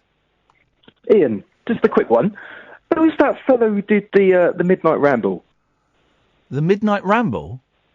Do you remember that? I think it was on Clive Ball's show, and it used to go in. Was it Monty Maudlin? Was that his name? Oh, I don't remember. Yeah, that's it. I don't think that's his name, though. No. No. It's, yeah. It was just come across my head now, listening to your show, and it's like, who's that fella? I don't know how I'm remembering that. That's, well, maybe if he's listening, he can ring in. Let's be honest, he's probably dead now. Not Clyde Bull. Clyde Bull is very, very much alive. No, he's still around, but, yeah. All right, well, that was it. So, if someone can tell me, that would be great. We'll keep listening. Someone will know. Line 4, you're on the wireless. Hello? Hello, line 4. Oh, it's James Taylor. You play the guitar properly, fella. Go on. Hey, you must be a mind reader. Yeah, I am. Go on. I know you can do it. What do you want? Can you do Blackbird properly? Fire and Rain? Fire and Rain? No, do Blackbird. What? Yeah.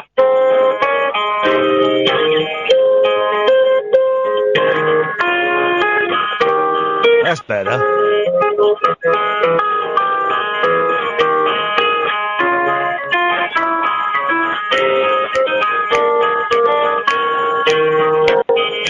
Blackbird singing in the dead of night. What's that deep voice? Blackbird. Learn to fly. All your life, you were only waiting for this moment to rise. James, thank you for that. We've got to go to an ad break, but that was absolutely brilliant. Thank you very much indeed. 0344 499 1000 is the telephone number. When we come back from the news, we shall be joined in the studio by Catherine Boyle, and we will carry on taking your call straight to air. We just want to, are you feeling a little bit odd? Are you feeling a little bit out of sorts tonight? Is there something not quite right? The vibe. If anyone can put their finger on it. Barry doesn't count. 0344 499 1000, the late night alternative on Talk Radio. The Late Night Alternative with Iain Lee on Talk Radio. We have ways of making you talk. Oh, man. This summer I've been learning some guitar. And this is actually kind of a serious thing. I'm a huge Beatles fan and McCartney fan, and I've learned a little bit, and here's a little something for you. And I think you might recognize it. Thank you.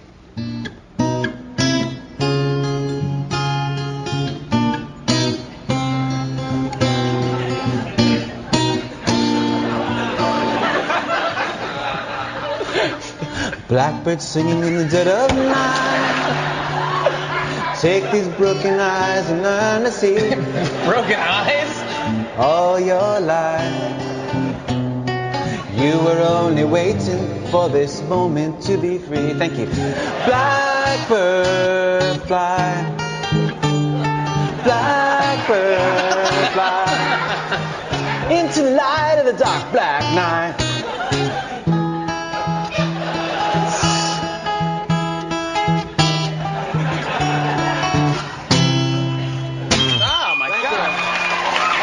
Thank you.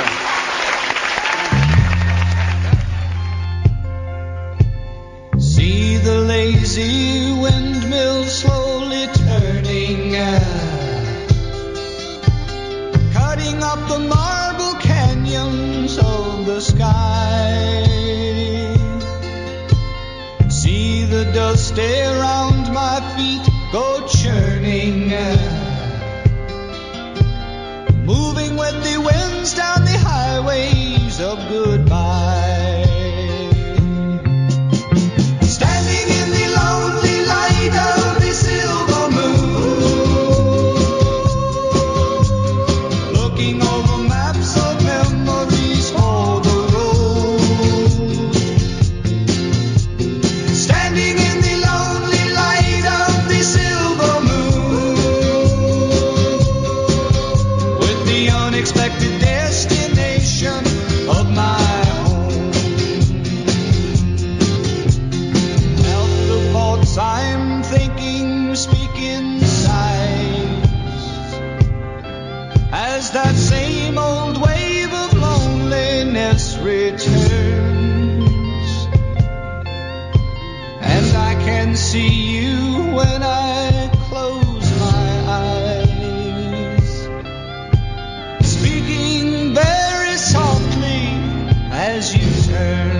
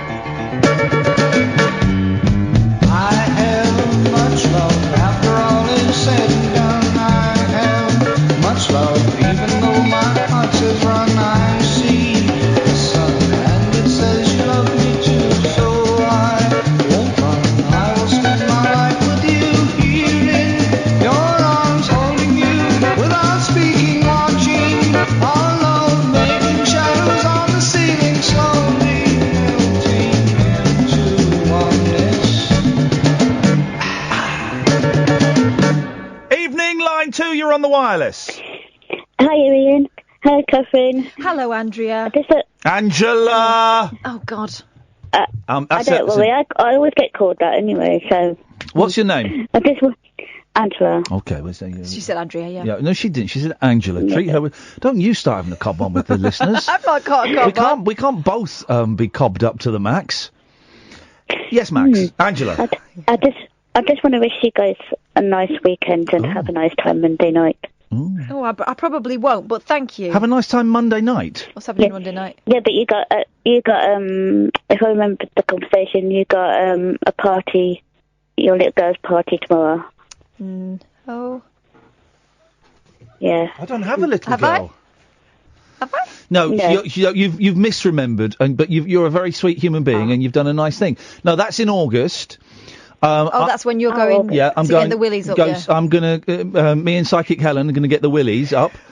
It's terrible. It doesn't even work. It's not even the phrase. It's just a lazy thing to say. You're going to give her the willies? No. I don't expect she gets them anymore. She's had them so often. She's pretty used to it. So rude. No, but on Sunday, Max, Andrea, Angela, on Sunday I'm going flying with the boys. Oh, cool. Where's that at? Where is it? In a wind tunnel. In a wind tunnel? It's in a wind tunnel. So you go in a wind tunnel and you lie on the floor and then you start flying. My eldest did it last time and he's bricking himself. My youngest didn't do it last time because he got too scared. And I said, look, if you want to just lie on the floor and go up 2 inches, you can do that. So you're just hovering above the floor. So he says he's going to do it. I think he'll bottle it. Let him wear the suit. I wanted him to wear the suit last time, but he didn't fancy it. Listen, I'm not one of those dads that, come on, you're doing it. It's fine. If he doesn't do it, I know he'll regret it later, but we'll do it. We'll do it. Strap him to my back. Yeah. Enjoy. Well, thank you so much for that, whatever your name was. 0344 499 1000, the late night alternative, weeknights from 10, on Talk Radio DAB app, talkradio.co.uk. Martin Kellner's on at 1 o'clock. I've deactivated my Twitter. How's it feeling? Man alive. A little bit of blue tick anxiety. It's not a blue tick, it's a white tick. Well, that's the reason I blocked you. It's a little bit of blue tick anxiety, but overall I'm feeling 12 foot tall. I'm feeling immense. I'm feeling powerful. I'm feeling, I might just log back in and see if people are talking about me. See if they're missing me. I can see look if for you if anybody's... you want. No, don't worry. Let's go to line 3. You're on the wireless. Who do you think you are turning that YouTube off? You should never do that to us. That's me and you now, mate. We're finished. No more. I ain't listening to you no more. Okay. People are strange, aren't they? Yes. So, Jagger doing some shows. Seen Jagger's doing some shows. Jagger's not really my bag. Jagger's doing some shows, and tickets are only 15 quid for the Jagger shows. Yeah, not Mick Jagger, it's his brother Chris. Oh. He may not rock and roll like Big Brother Mick, but £15 a ticket, Chris Jagger can pack a pub. Well, that pub don't look packed to me, but good for him. Good for him. His £270 million Big Brother Mick gets Satisfaction, that was the name of one of their songs, from selling out huge stadiums all over the world. Although, if you've been to one of the Rolling Stones gigs this week, I heard that they had not come close to selling out at all. They're playing like 6 stadium gigs in the UK. And I heard that they weren't selling very well at all. Too pricey? Yeah, I wouldn't mind going to see them, actually, but I missed it, so I can't be bothered now. Line 4, you're on the wireless. Oh, hello. Hi, Ian. I didn't expect to get on so quickly. Well, no, there's no one else calling in. It's Keith. Hello, Keith. It's Keith. Keith. I know we talk about Cineworld. Oh, yeah, Cineworld Keith, guys. Yeah. But tonight, I've just been watching the pledge on Sky News, like the topical debate, and they're discussing... Yeah, we've been on since 10. Sorry? Nothing. Well, accept your apology. Go on. I just sort of like tuned into you, and I hope it's sort of okay just to sort of throw in a debate and something to throw around. And they're talking about an interesting concept about whether prostitution should be decriminalised, and the panel is quite a good one, and they've linked obviously the drugs connection. Yes. You know, and the various sort of areas where decriminalising, you know, prostitution have been tried. But I just find it really interesting to the focus really on drugs, really, to decriminalise that side of things.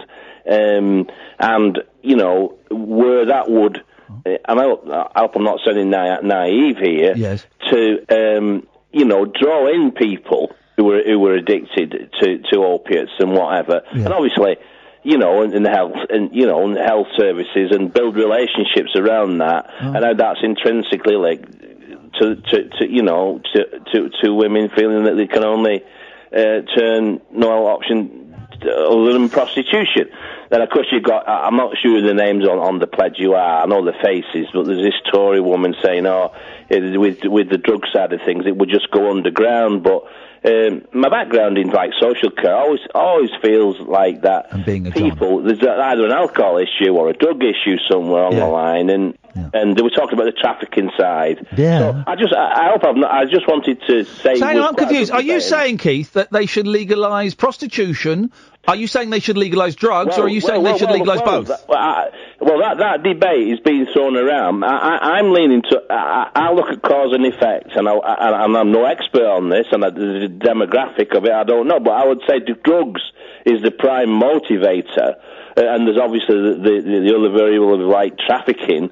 I mean, it's out of my sort of like remit to know. I don't know, but I feel that the two areas. Well, the one guy of the four was saying that these two areas are intrinsically linked, and she was saying no. If you decriminalise drugs, it'll go underground, you know, and blah blah. Yeah. Well, drugs are underground. I say. No, hang on. If you do, I don't care. I don't care. I think you should be able to. I can't. Here's the thing about prostitution. I can't understand why. Now, hang on a minute. Prostitution isn't illegal. It's not. Running a brothel is illegal. So having two or more women working in a place is illegal. Soliciting is illegal. The solicitor is the person who pays, right? No, it's the person who takes the money. Talking about on the. I know. Hang on a minute, Keith. Hang on, Keith. We're just trying to work something out. Yeah, go on. I'm not convinced that soliciting is it right. I will Google it. Do you know what? I'll Google it. Paying for it isn't illegal. Taking the money is. Right, hang on a minute. As usual, the woman gets the sticky end of the lollipop. Well, or whatever you pay for. That's what a lot of people are into. But I'm trying to sort of like, as a look at a person-centred way, a humanistic way. The drug issue is clearly the prime motivator. Maybe, you know, what I'm picking up, and if we could decriminalise that. No, hang on a minute. Hang on a minute, because you're boring me now. I'm teasing. Sorry, I'm boring you. Well, you are actually. Right. So, prostitution itself, the exchange of sexual services for money, is legal. But soliciting in a public place is illegal, as is curb crawling. Right. So they both are. Brothels, pimping, and pandering. What's pandering? Is that when they dress up... I'm trying to control that. Is that when they dress up as pandas? Pandering is the facilitation or provision of a prostitute in the arrangement of a sex act with a customer. Okay, right. Same as pimping, surely? I don't... whatever. So, yeah. I feel like I watched that show in real time and didn't get it.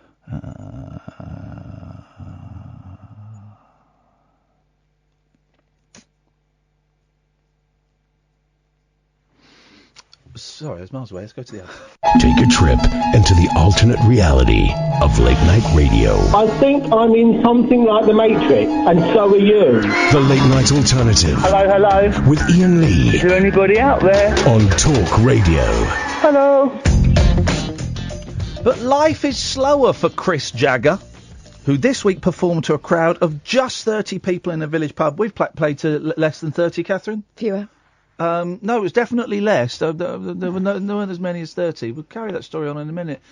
Line 2, you're on the wireless. It's not line 2, it's line 1. I You've lie. been Mick Jagger then? Here we go. I wasn't actually. Here we go. Can I tell you something? When I say the line numbers, generally I'm lying. Don't tell him. Generally we haven't got that many calls, but I'll say like line 9, even though it's only line 1. You're not the only one who does that. I've heard people go line 23. Yeah, we go. Well, As let's try it. Line 23, you're on the wireless. Hello? He keeps bottling it. His name is Tim and he's too scared to speak on the phone. That was very, very close to a chalky voice, and I didn't mean it to be. What on earth is going on tonight? A smattering of locals dined on pub food as they watched the younger Jagger perform. Can I just say something? In this time of when we're told that pubs are declining, 30 in a pub is quite a lot. Continue. Hours after Sir Mick delighted 66,000 fans at a sellout London Stadium gig. And while Sir Mick and the Rolling Stones can rake in hundreds of thousands from one show, Chris and his band charge just £15 a head. Hey, I know this pub. I used to go there when I was a kid. They used to have a really good climbing frame outside. He performed in a small dining room at the Crooked Billet pub in Henley-on-Thames on Wednesday. Around 30 people paid their small entry fee on top of a pub dinner, while those lucky enough to be in the front row of the Rolling Stones gig paid hundreds of pounds. A well-known fixture on the local folk music scene, Chris, 70, has never quite managed the sellout success of his older brother. Meanwhile, I do think I wouldn't mind seeing the Rolling Stones. That's my last chance gone, because they'll be dead. But I do think they're rubbish. I do think they're a terrible, terrible band. Very slack. Meanwhile, Sir Mick, 74... It's not bad. Oh, Kate, you've got to put your chest down. Oh no, he talks more like that. Talks like... Oh, okay. Hey, Mick, piss off, Mick. I'm playing the guitar. Calls him Brenda, doesn't he, or something? My dick is bigger than Mick Jagger's dick. That's what he writes about in his autobiography, about his penis being bigger than Mick Jagger's. Yeah. Oh. My old fella. It's bigger than Mick Jagger's. Ain't what you do, it's the way you do it. Yeah, but he's got a tiny cock and he doesn't know how to use it properly. I'm playing the guitar. So meanwhile, Sir Mick, 74, will hit the stage along with his bandmates for their second sellout London gig tonight ahead of a 14-day tour of Europe. The married folk singer has said his career was hampered because of constant comparisons with his multi-millionaire brother, like this story here. I don't believe that. Let's see if we can find, what's his name, Chris Jagger. Let's find a Chris Jagger song. Here we go. Chris Jagger, how come you taste so good? Now. Ooh, Chris Jagger, just like a black girl should. That's what it's about. Not being racist. He's being racist. Well, by saying that black girls taste like brown sugar. I think he could say worse things about a woman. No, don't you? She tastes like sour milk now. Here we go. This is Chris Jagger singing Yesterday's Song by Chris Jagger. Here we go. This is Chris Jagger. Oh, hang on. Wanna make sweet love to you, baby. Gonna flip you over and do it from behind. Okay. Now, and you wonder why they get over familiar with you. Doesn't he sound like Mick? Oh, yeah. Steaming hot is rolling.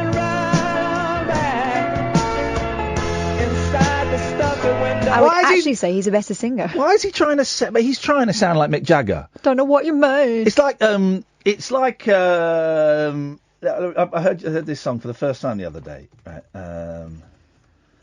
it's bloody awful. It really is an awful, awful song, right? But this is the thing. They're not paying for ads here, so. Here we go, skip ad. Here we go. No, it's live. I don't want a live version. Here we go. Sitting on the doorstep of the house again to fall. I can feel you there. Thinking of a reason, well, it's really not very. So why would Julian Lennon deliberately try and sound like his dead dad? Well, right. There's one good. Just the way his voice comes out. Oh no, they put it through a thing that's phased. That is, and the strings. This is right. This is a great song. This is a great song. Hang on a second. This deserved to be a hit. Here we go.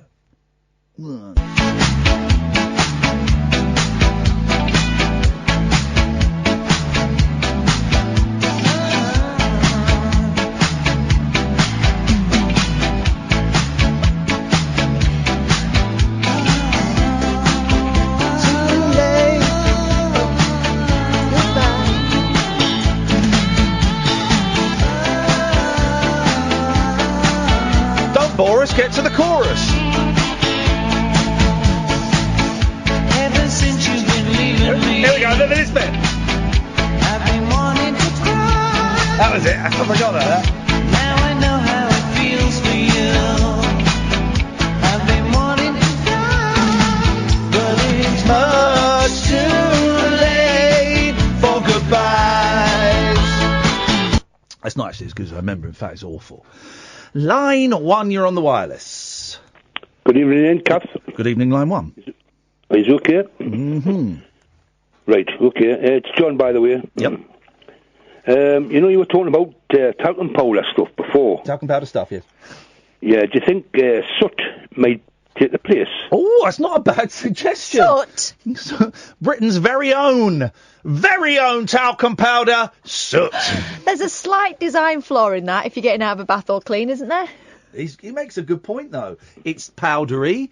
You could put it in one of those tubes with the salt top on the end thing, and it smells nice. I'm sure it absorbs the moisture. Yes, that's a great idea, John.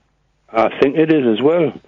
Which brings me on to a story from the 60s, if you don't mind. Story from the 60s? Oh, I wasn't there. Growing up in the 60s. What was it Growing like? up in the 60s. It was fun. When I was about 10-year-old... How many baths did you have a week? One? Sorry, Kath, what? How many baths did you have in a week? One? He wouldn't have had him have one. He'd have one a month. Oh, in front of the fire. That's another story, that Yeah, one. and Like. you had to wait for your dad to finish. No. I wasn't encouraged to have a bath at all, and we had a big bath. Why didn't they want you to? that? Why didn't they want you to have a bath? So you catch your death. I just don't know if they didn't want us to have one. It wasn't really encouraged, you know. But it's because my mother was suffering with mental health at the time, you know. What did you do then? Squaddy wash, pits and bits. Just whenever, I think, you know, just whenever. Of course, like I say, I wasn't really taught, you see. I was a little bit of a scruff. I was a bit feral when I was a kid, you know. I was still here. I was still on. You're on. Yeah, you're on. We're listening. Tell us your story from the 60s. This story, when I was about 10-year-old, I met up with a lad who was a little bit older. He was about 13, coming on 14. And he said, "Do you fancy coming to do a bit of work?" So I said, "Aye, fair enough." And I ended up going working for this coal man. He used to, you know, these pre-packed bags, what they used to sell in the corner shops. Bags of coal. Yes. We can imagine it. We don't remember it. Yeah, go on. Oh, well, right, yeah. Don't turn it into a quiz. Keep it a story. Right, okay. Well, I used to work there when I was about 10, 11 years old on a weekend and a lot of times through the week because I never used to go to school, you know. And we used to get like 2 bob or half a crown a day for what we'd done, you know. Yeah. This because the soot got us onto the coal. So we used to go into this big garage. We finish at 1. Martin Kellner's on at 1, John. Just to flag that up. Tell us about the garage, John. Okay. What happened in the garage? Right, big garage, had a big ramp, and a bloke used to go down to the coal yard with his tipper truck, and one of the lads used to shovel the coal off the top of the truck and load it up, and he'd come up and tip it into the hopper, and I would shovel it with a little hand shovel and put it into these paper bags. And one time this bloke got a lot of orders in, and my dad was on night shift, and my mother never realised I wasn't in the house. So I was actually working night shift filling bags of coal with this bloke, you know. But the police came on top and took me home. That's it. What a tale. Thank you for calling, John. Always appreciated, mate. 0344 499 1000 is the telephone number. So he used to put coal in a bag? Yeah. And then he didn't. I used to love when the coal man came. I used to love the coal delivery. I used to love it. I used to march through the house. We had the coal... Do you have a coal bunker? We had a coal bunker that my dad made. My dad made it, if I remember it correctly. This sort of grey concrete horrible thing in the garden, and he'd come in and he'd fill it up, and we had little coal scuttle that we would fill up and take to the... Oh, I used to love it. My gran and granddad had a coal bunker, and me and my cousins, all girls, used to get up on and dance on it. That was the stage. Yeah. Coal bunker. They're on the coal bunker again, Joe! Hopefully the house I'm buying's got a fire in one of the rooms in what's going to be my studio. It's got a fire. In the snug. Are you going to get some irons and like horse brasses and all that? Do you know what I might do actually? I might go full on racist Britain. What's racist about horse brasses? Right, tell me someone who's got a horse brass that isn't a racist. Tell me one person. Thank you very much indeed. You can't do it. Is it because it's mostly grandparents? Do you know what's funny, right? Because we're sort of due an advert, a trail here, right? And every time I look at Sam, he just like moves over to the thing. He's paying attention. He pays attention. Not yet. So 0344 499 1000 is the telephone number. Let's never mention this show again tonight, shall we? Oh, there've been worse shows. Sorry? There have been worse shows. Comme ci, comme ça. Comme ci, comme ça. Poor Sam. He has released... So Chris Jagger has released a handful of albums with little success, while Sir Mick and the Stones have managed 8 UK #1 singles and 10 chart-topping albums. Chris, who supplemented his income by driving taxis... What is this story about? ...said... It's poking about, fun at someone. No, what it is, it's a story. What it should be written as is a story of a bloke who's worked really, really hard his life. He's followed his dream, and when it's not, to put money in the family's mouths, he's taken all kinds of odd jobs. Yeah, that's what the story should be. He said it's shaming some old bloke because he's not as famous as his brother. Hello, line one. Hey, Ian, it's Cam. How you doing? I'm very well, thank you. Good. I think I'm doing something similar to you at the moment, but I think I heard the other night you're moving house. I'm moving house. I thought you meant you're doing a really bad show. Because that's what we're doing tonight. Very strange vibe tonight, Cam. Very, very strange vibe. It happens. But I'm moving. Well, not a house, but just a room because I don't have enough stuff to have a whole house at the moment. And but there you go, one day. But I'm moving house and. The thing for me is the stuff that because I lived in the same place for 3 years now, and it's almost like a time capsule. I'm taking stuff off the shelves and finding stuff behind. Oh yes, I found a lot of that, a lot of stuff that I thought had gone missing. Some photos, some happy photos, some sad photos, and little bits and pieces, little bits of treasure and junk primarily is what I'm finding. Yeah. What have you found? A lot of junk as well. I actually found the key to my bike lock. My bike's been locked next to my parking space for about 2 years, and I thought it was stuck there. I didn't know how to get rid of it, but I do have the key still. It's behind my DVDs, so it turns out. Of course it was. But for security reasons. Yeah. Why didn't I look there? I don't know why I didn't look there before. Oh. I got loads of tickets as well. I just got all these out in front of me as well now. Loads of tickets. I don't know why. Do you save tickets for stuff?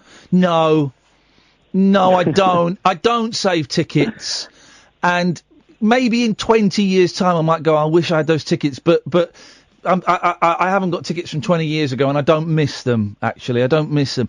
All my stuff, because I'm moving, I've been living in a flat for a while where I've just got some basics and all my stuff's in the house. Yeah. And all I've got are books. Loads of books, loads of CDs, loads of albums, and that's it. I've got no furniture. I'm not taking any furniture with me. I've got 2 mugs and a plate, and that's it. But it turns out there's a lot of boxes of not very much stuff. It's weird. Yeah, I feel like most of my stuff I feel like I could throw away. Yeah. No. Don't. Keep it. But these I don't know, these tickets I've got, and it's kind of like 2014, like shows that I went to see and stuff like that, and then some like 2017, so not even that long ago. But it's like I can throw it away now, and it's. Right, hang on a minute. Let me tell you. Right, what was the ticket? What was the ticket for 2017? Oh, 2017. I kind of threw the tickets across the table as I was saying that, so I kind of lost my 2017 ticket. Right, well, it was obviously not a very memorable show. It was last year. Did you fall in love that night? Did you propose to a girl? Did you get off with a girl? Or a boy? I don't know your preference. Did anything, massive happen that night? Okay, no. I went to 9 to 5, an amateur production of the musical 9 to 5 on the 20th of April at 8 p.m. I thought you meant for like impressive. Oh, chuck that for goodness sakes, boy! Come on, chuck that. My God, you're nearly Mr. Trebus keeping that crap. Oh God, that you've reminded me. That's my worry. Is that in this house? Because what you do, Cam, is when you move, you fill the space. So this is a really nice. It's miles and miles away, which is why I can afford it. Right, it's nowhere near my family or where I work, but it's like 2 hours to get into work. Anyway. But I'm thinking, God, it's quite a big house for one person, and I've not got much stuff. But what I will do is I will fill it because you get enough. And I was thinking today, God, I'm going to become Mr. Trebus. I'm going to become. I don't know if you get the reference, Cam, but I'm going to become. It was Trebus. like, I remember, was it the show where they used to go around like clearing people's houses out and there's like hoarders and stuff. Like, Hoarders, yeah. Like the council came around to his house time and time again. Yeah, Mr. Trebus was a. If you don't know who he is, go and Google him and YouTube him. He's a really fascinating story. Chuck 'em, chuck 'em, chuck 'em. Yeah, they're going in the bin. Cheers, Ian. Thank you. Thank you very much indeed. Although, no, this is like, it's that. It's like some tiny bits of paper he's throwing away. No, but it's what it represents. It represents seeing an amateur production of 9 to 5. Good evening, Line 2. You're on the wireless. Hello. Hello. Hello, Line 2. Hello, Jerry. Say one thing. He's been exciting as a coal bunker, the coal man. But they're all in the ground with these mobile barrels down. We didn't have a hole in the ground. We didn't have. Ours was like a mini shed. No, and they bring the pubs there's a big barrel rolling down the finish rolling down the Standard Tower, the metal doors. You're a bit shaky tonight, Jay. I'm struggling to understand you, mate. I'll try on. Is that better? That's better. Deep breaths. There we go. Deep breaths. Deep breaths. Hot weather. I sing. Yeah, hot weather. I sing. I see a red door, and I want it painted black. Because I want them to see black. I see the girls go back, kissing the summer clothes. Even the singing's not working tonight. Oh Jesus! I tell you what, you got me into the Beatles. Have I got you into the Beatles? Yeah. That's the Revolver album. Revolver. Revolver's the one. Revolver, Rubber Soul, Revolver, and Abbey Road. Those are the three. I didn't realise your mindset on you is a corporation. Oh, Jay, I can't understand you tonight, man. Corporation, George Harrison, I got mindset on you. Got mindset on you. I'm not getting it. No, not getting it. Oh, bother. Jerry, I'm not getting it tonight, man. I'm really sorry. Give us a call on Monday. Take care, fella. I'm really sorry, mate. So I'm sorry, Jerry. Thank you, man. I couldn't get him today. It's the heat. The heat is not great for people with conditions like Parkinson's and MS. Hello, Line 1. Hello. Yes. Yeah, this is Tim. Just a quick question. Like, do you know when you were talking about books and tickets? Yes. Well, who does the more? Do people read books more nowadays, or do people go on concerts nowadays? What? Well, it's like saying, do people eat cheese more nowadays, or do people drive cars more nowadays? You can do both. Like, what happens more? Do people read books more, or do people go to concerts more? But I don't understand why you're saying those two things. Because tickets. Yes. But why are you comparing books and concerts? Because that person who rang earlier on. Yeah, no, I know why you're talking about concerts, and I know why you're talking about books, but I don't know why you're comparing Have I missed something? I don't know why you're... No, what I'm saying... Yeah, I know what you mean. Yeah. What I'm saying is... Do people go to concerts more, or do they read Yeah, books do more? people read books Why are you more, saying or do it? people go to concerts more? Yeah, the reason I'm saying that is because... Do you know when that geezer said that he saves his tickets? That prompted you to think of concerts. Nowadays, I would save tickets more than books because people don't read books no more. That's what I was trying to say. And if you go to pawn shops, you make a lot more money off tickets than you do off books. You can't make it off tickets. What ticket? What old tickets? It's got to be It's got to be like a famous do, yeah. Well, you don't get. You can't go to like cash converters with some Ed tickets. Sheeran. No, I'm on about like proper tickets. But like what? You know what I'm talking? No, I don't. You do. I don't. What? Like Adele. Right, say you've paid for your tickets to go to a famous do. Wet.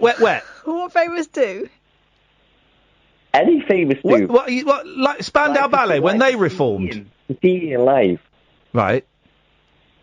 If I paid to see you live, yes, I would save that ticket. Weirdo. To sell it to the pawn shop. You couldn't sell a used ticket for the rabbit hole to a pawn shop. Who's going to buy that? Well, people who were your fans, obviously. Well, and they happen across a pawn shop. How much can you get? When was the last time you sold a ticket at cash converters? Never. No, I'm on about a proper pawn shop. But do you know how pawn shops work? How are you spelling pawn? P-A-W-N. Yeah. Okay. Right. Do you know how pawn shops work? Yeah, they work. I don't know. Right. So what you do, basically, a pawn shop is a money lender, right? So you go in with, say you got some jewellery. Yeah, but you also take antiques too. Yeah. So you got some jewellery, right? That is worth about 150 quid. Yeah. You go to the pawn shop. You go, right. How much can you give me for this? Now look at it and go, well, we can give you 75. Right. You go, okay, fine. So you get the 75 quid and you get a ticket. And the ticket means that if... Don't say ticket to this man. No. All right.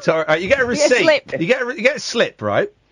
So there can be two ways of doing it, right? You can either have like a set amount of time, say a month, where if you go back and you pay the 75 quid back, you get the stuff back. Or they can, as soon as you've given them the jewellery and you've got the 75 quid, they can put that jewellery in the window for 125 quid, and you can either go back and buy it back for the 75 quid, or they will sell it and stuff. So why would they want a ticket for a concert? There is certain concerts where you can just buy a ticket if you save it for 20 odd years. 50 years. Could you please give me an example of that? That's what I've been asking for an example. Like the Rolling Stones concert or something. Okay, thanks for calling, Tim. I mean... So if you wanted Rolling Stones memorabilia, you would be trawling pawn shops. Is that what we're getting from that? Like a Beatles ticket or a Jimi Hendrix ticket. Yeah, of course. Be on eBay. Why is he going to a pawn shop? Let's go to the... Late night conversation worth losing sleep over. The Late Night Alternative with Iain Lee on Talk Radio. We have ways of making you talk. Let's go to line 3. Good evening, line 3. Hello? Hello? Is it? Yeah, it's Nigel. Nigel! It's Nigel Farage. Oh!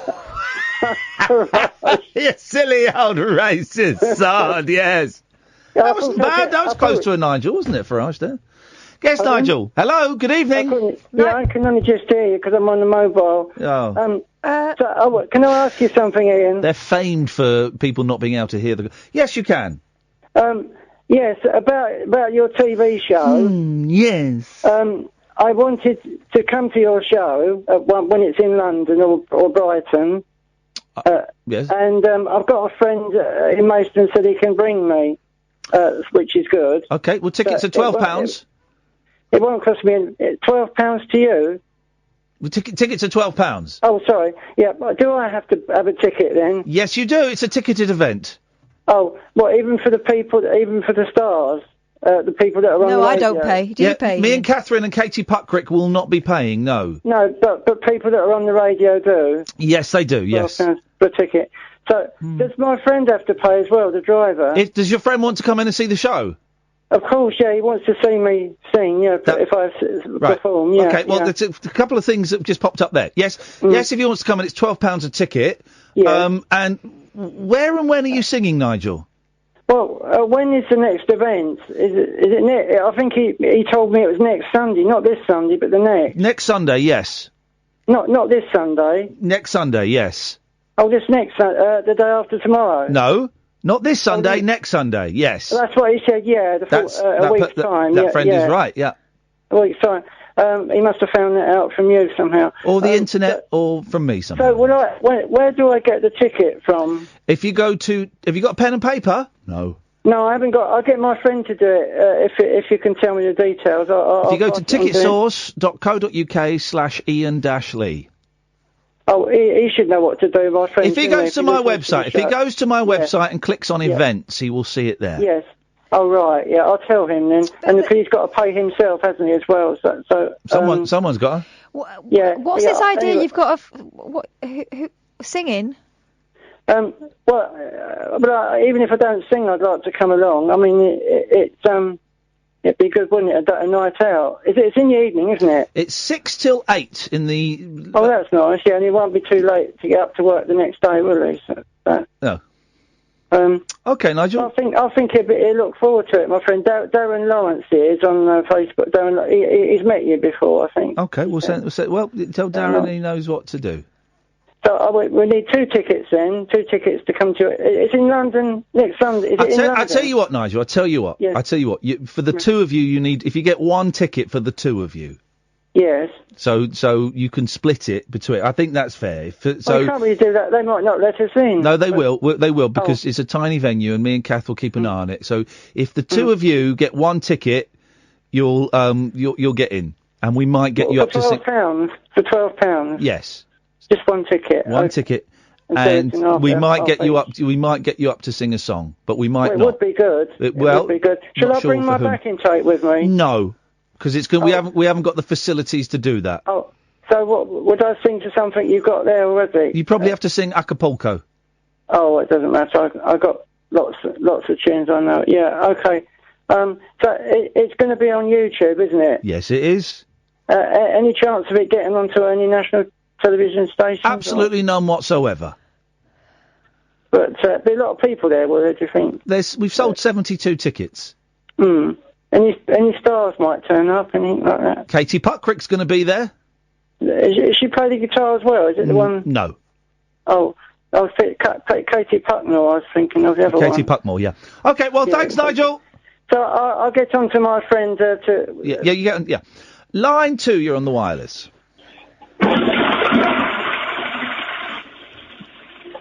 Do you know what? I'm glad we cut Nigel off for that. There are a handful of tickets left for the show on Sunday, June the 3rd, 6 till 8. Katie Puckrick is the special guest. We've also got a show in Manchester on July the 28th. We've got Brighton later in the year. Those shows are on sale. Oh, and Bath is on sale for November at the Rondo Theatre. If you go to iainlee.com and click on events, you'll see it all there.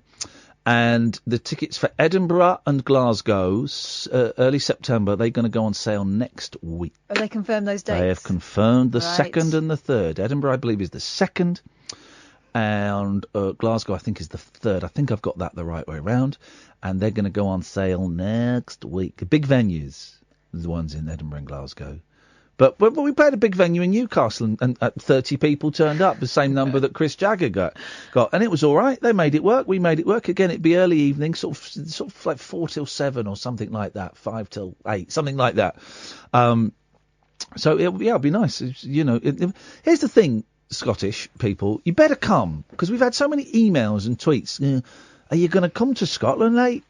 We're coming to Scotland late, so you better not let us down.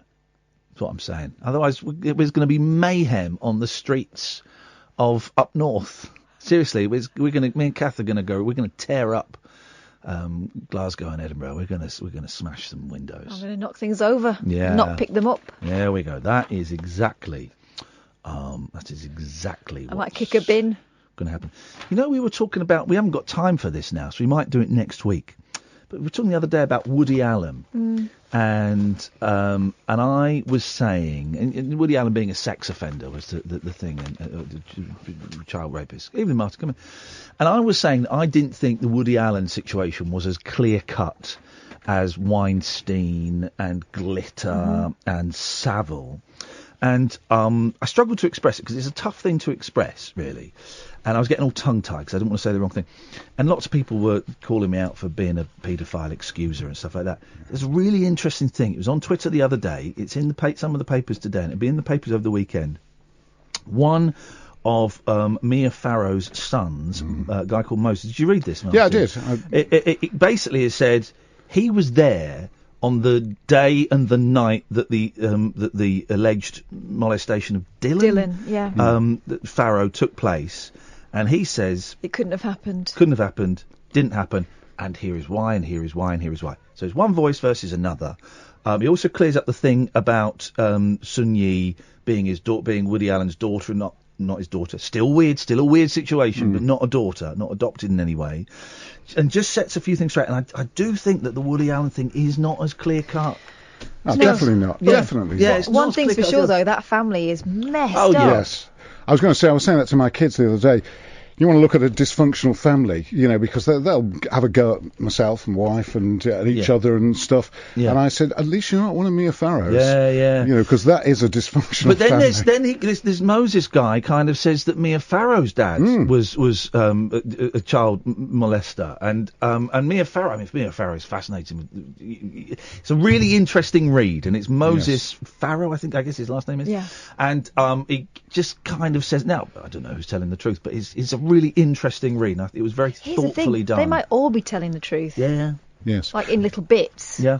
I think people call Woody Allen out mainly, because he's not been charged with anything, and all the investigations into him have come up clean. 2 investigations. But people don't, or women especially, find the Sun Yi thing very difficult to live with. Yeah. And I think that's why they call him out. And also because of the films that he made in the 70s, like Manhattan, which do look a bit very young. Yes, young precisely. Girls, which do look pretty creepy, and Deconstructing Harry and a couple of other movies that he's made. And they don't sit comfortably with women. So, and I can see why. Yeah. I can see why. But it's not as clear cut as Polanski, who fed kids drugs and anyway. We have a minute, Martin, to sell your show. Well, let me sell it for you. It's brilliant tonight. We're he don't mind, does he? Yeah, it's brilliant. It's good for you. I've no idea why, but I've got a strong feeling it's brilliant. We have loads of listeners in the first 5 minutes. We get your spike. You've got a spike. I looked at the graphs this afternoon. Did you? Yeah, I went in with the boss, and they all show you the graphs. And he said, look how well you're doing for the first 5 minutes. So I'm really looking forward to that. I don't think that graph's going to work tonight, because it's been a very tense show tonight. It's been weird. Has it? The very strange vibe. I think the weirdness helps the spike. I think this is my view. I've deactivated my Twitter during the show. Have you? So, I have. So that's it. So I can't remember. We're doing lots of really good stuff. We're doing the Lawyers Film Club, which is quite good. Oh, yeah. People coming in with movies that would be enjoyed by people in the legal profession. We'll get the latest at the start of the show on the very, very, very important vote in Ireland. Yes. Oh, it looks like it's okay, brilliant. Well, Martin Kellner is up tonight and tomorrow night. We'll be back on Monday at 10. Have a lovely weekend. Till then, from us, ta-ta.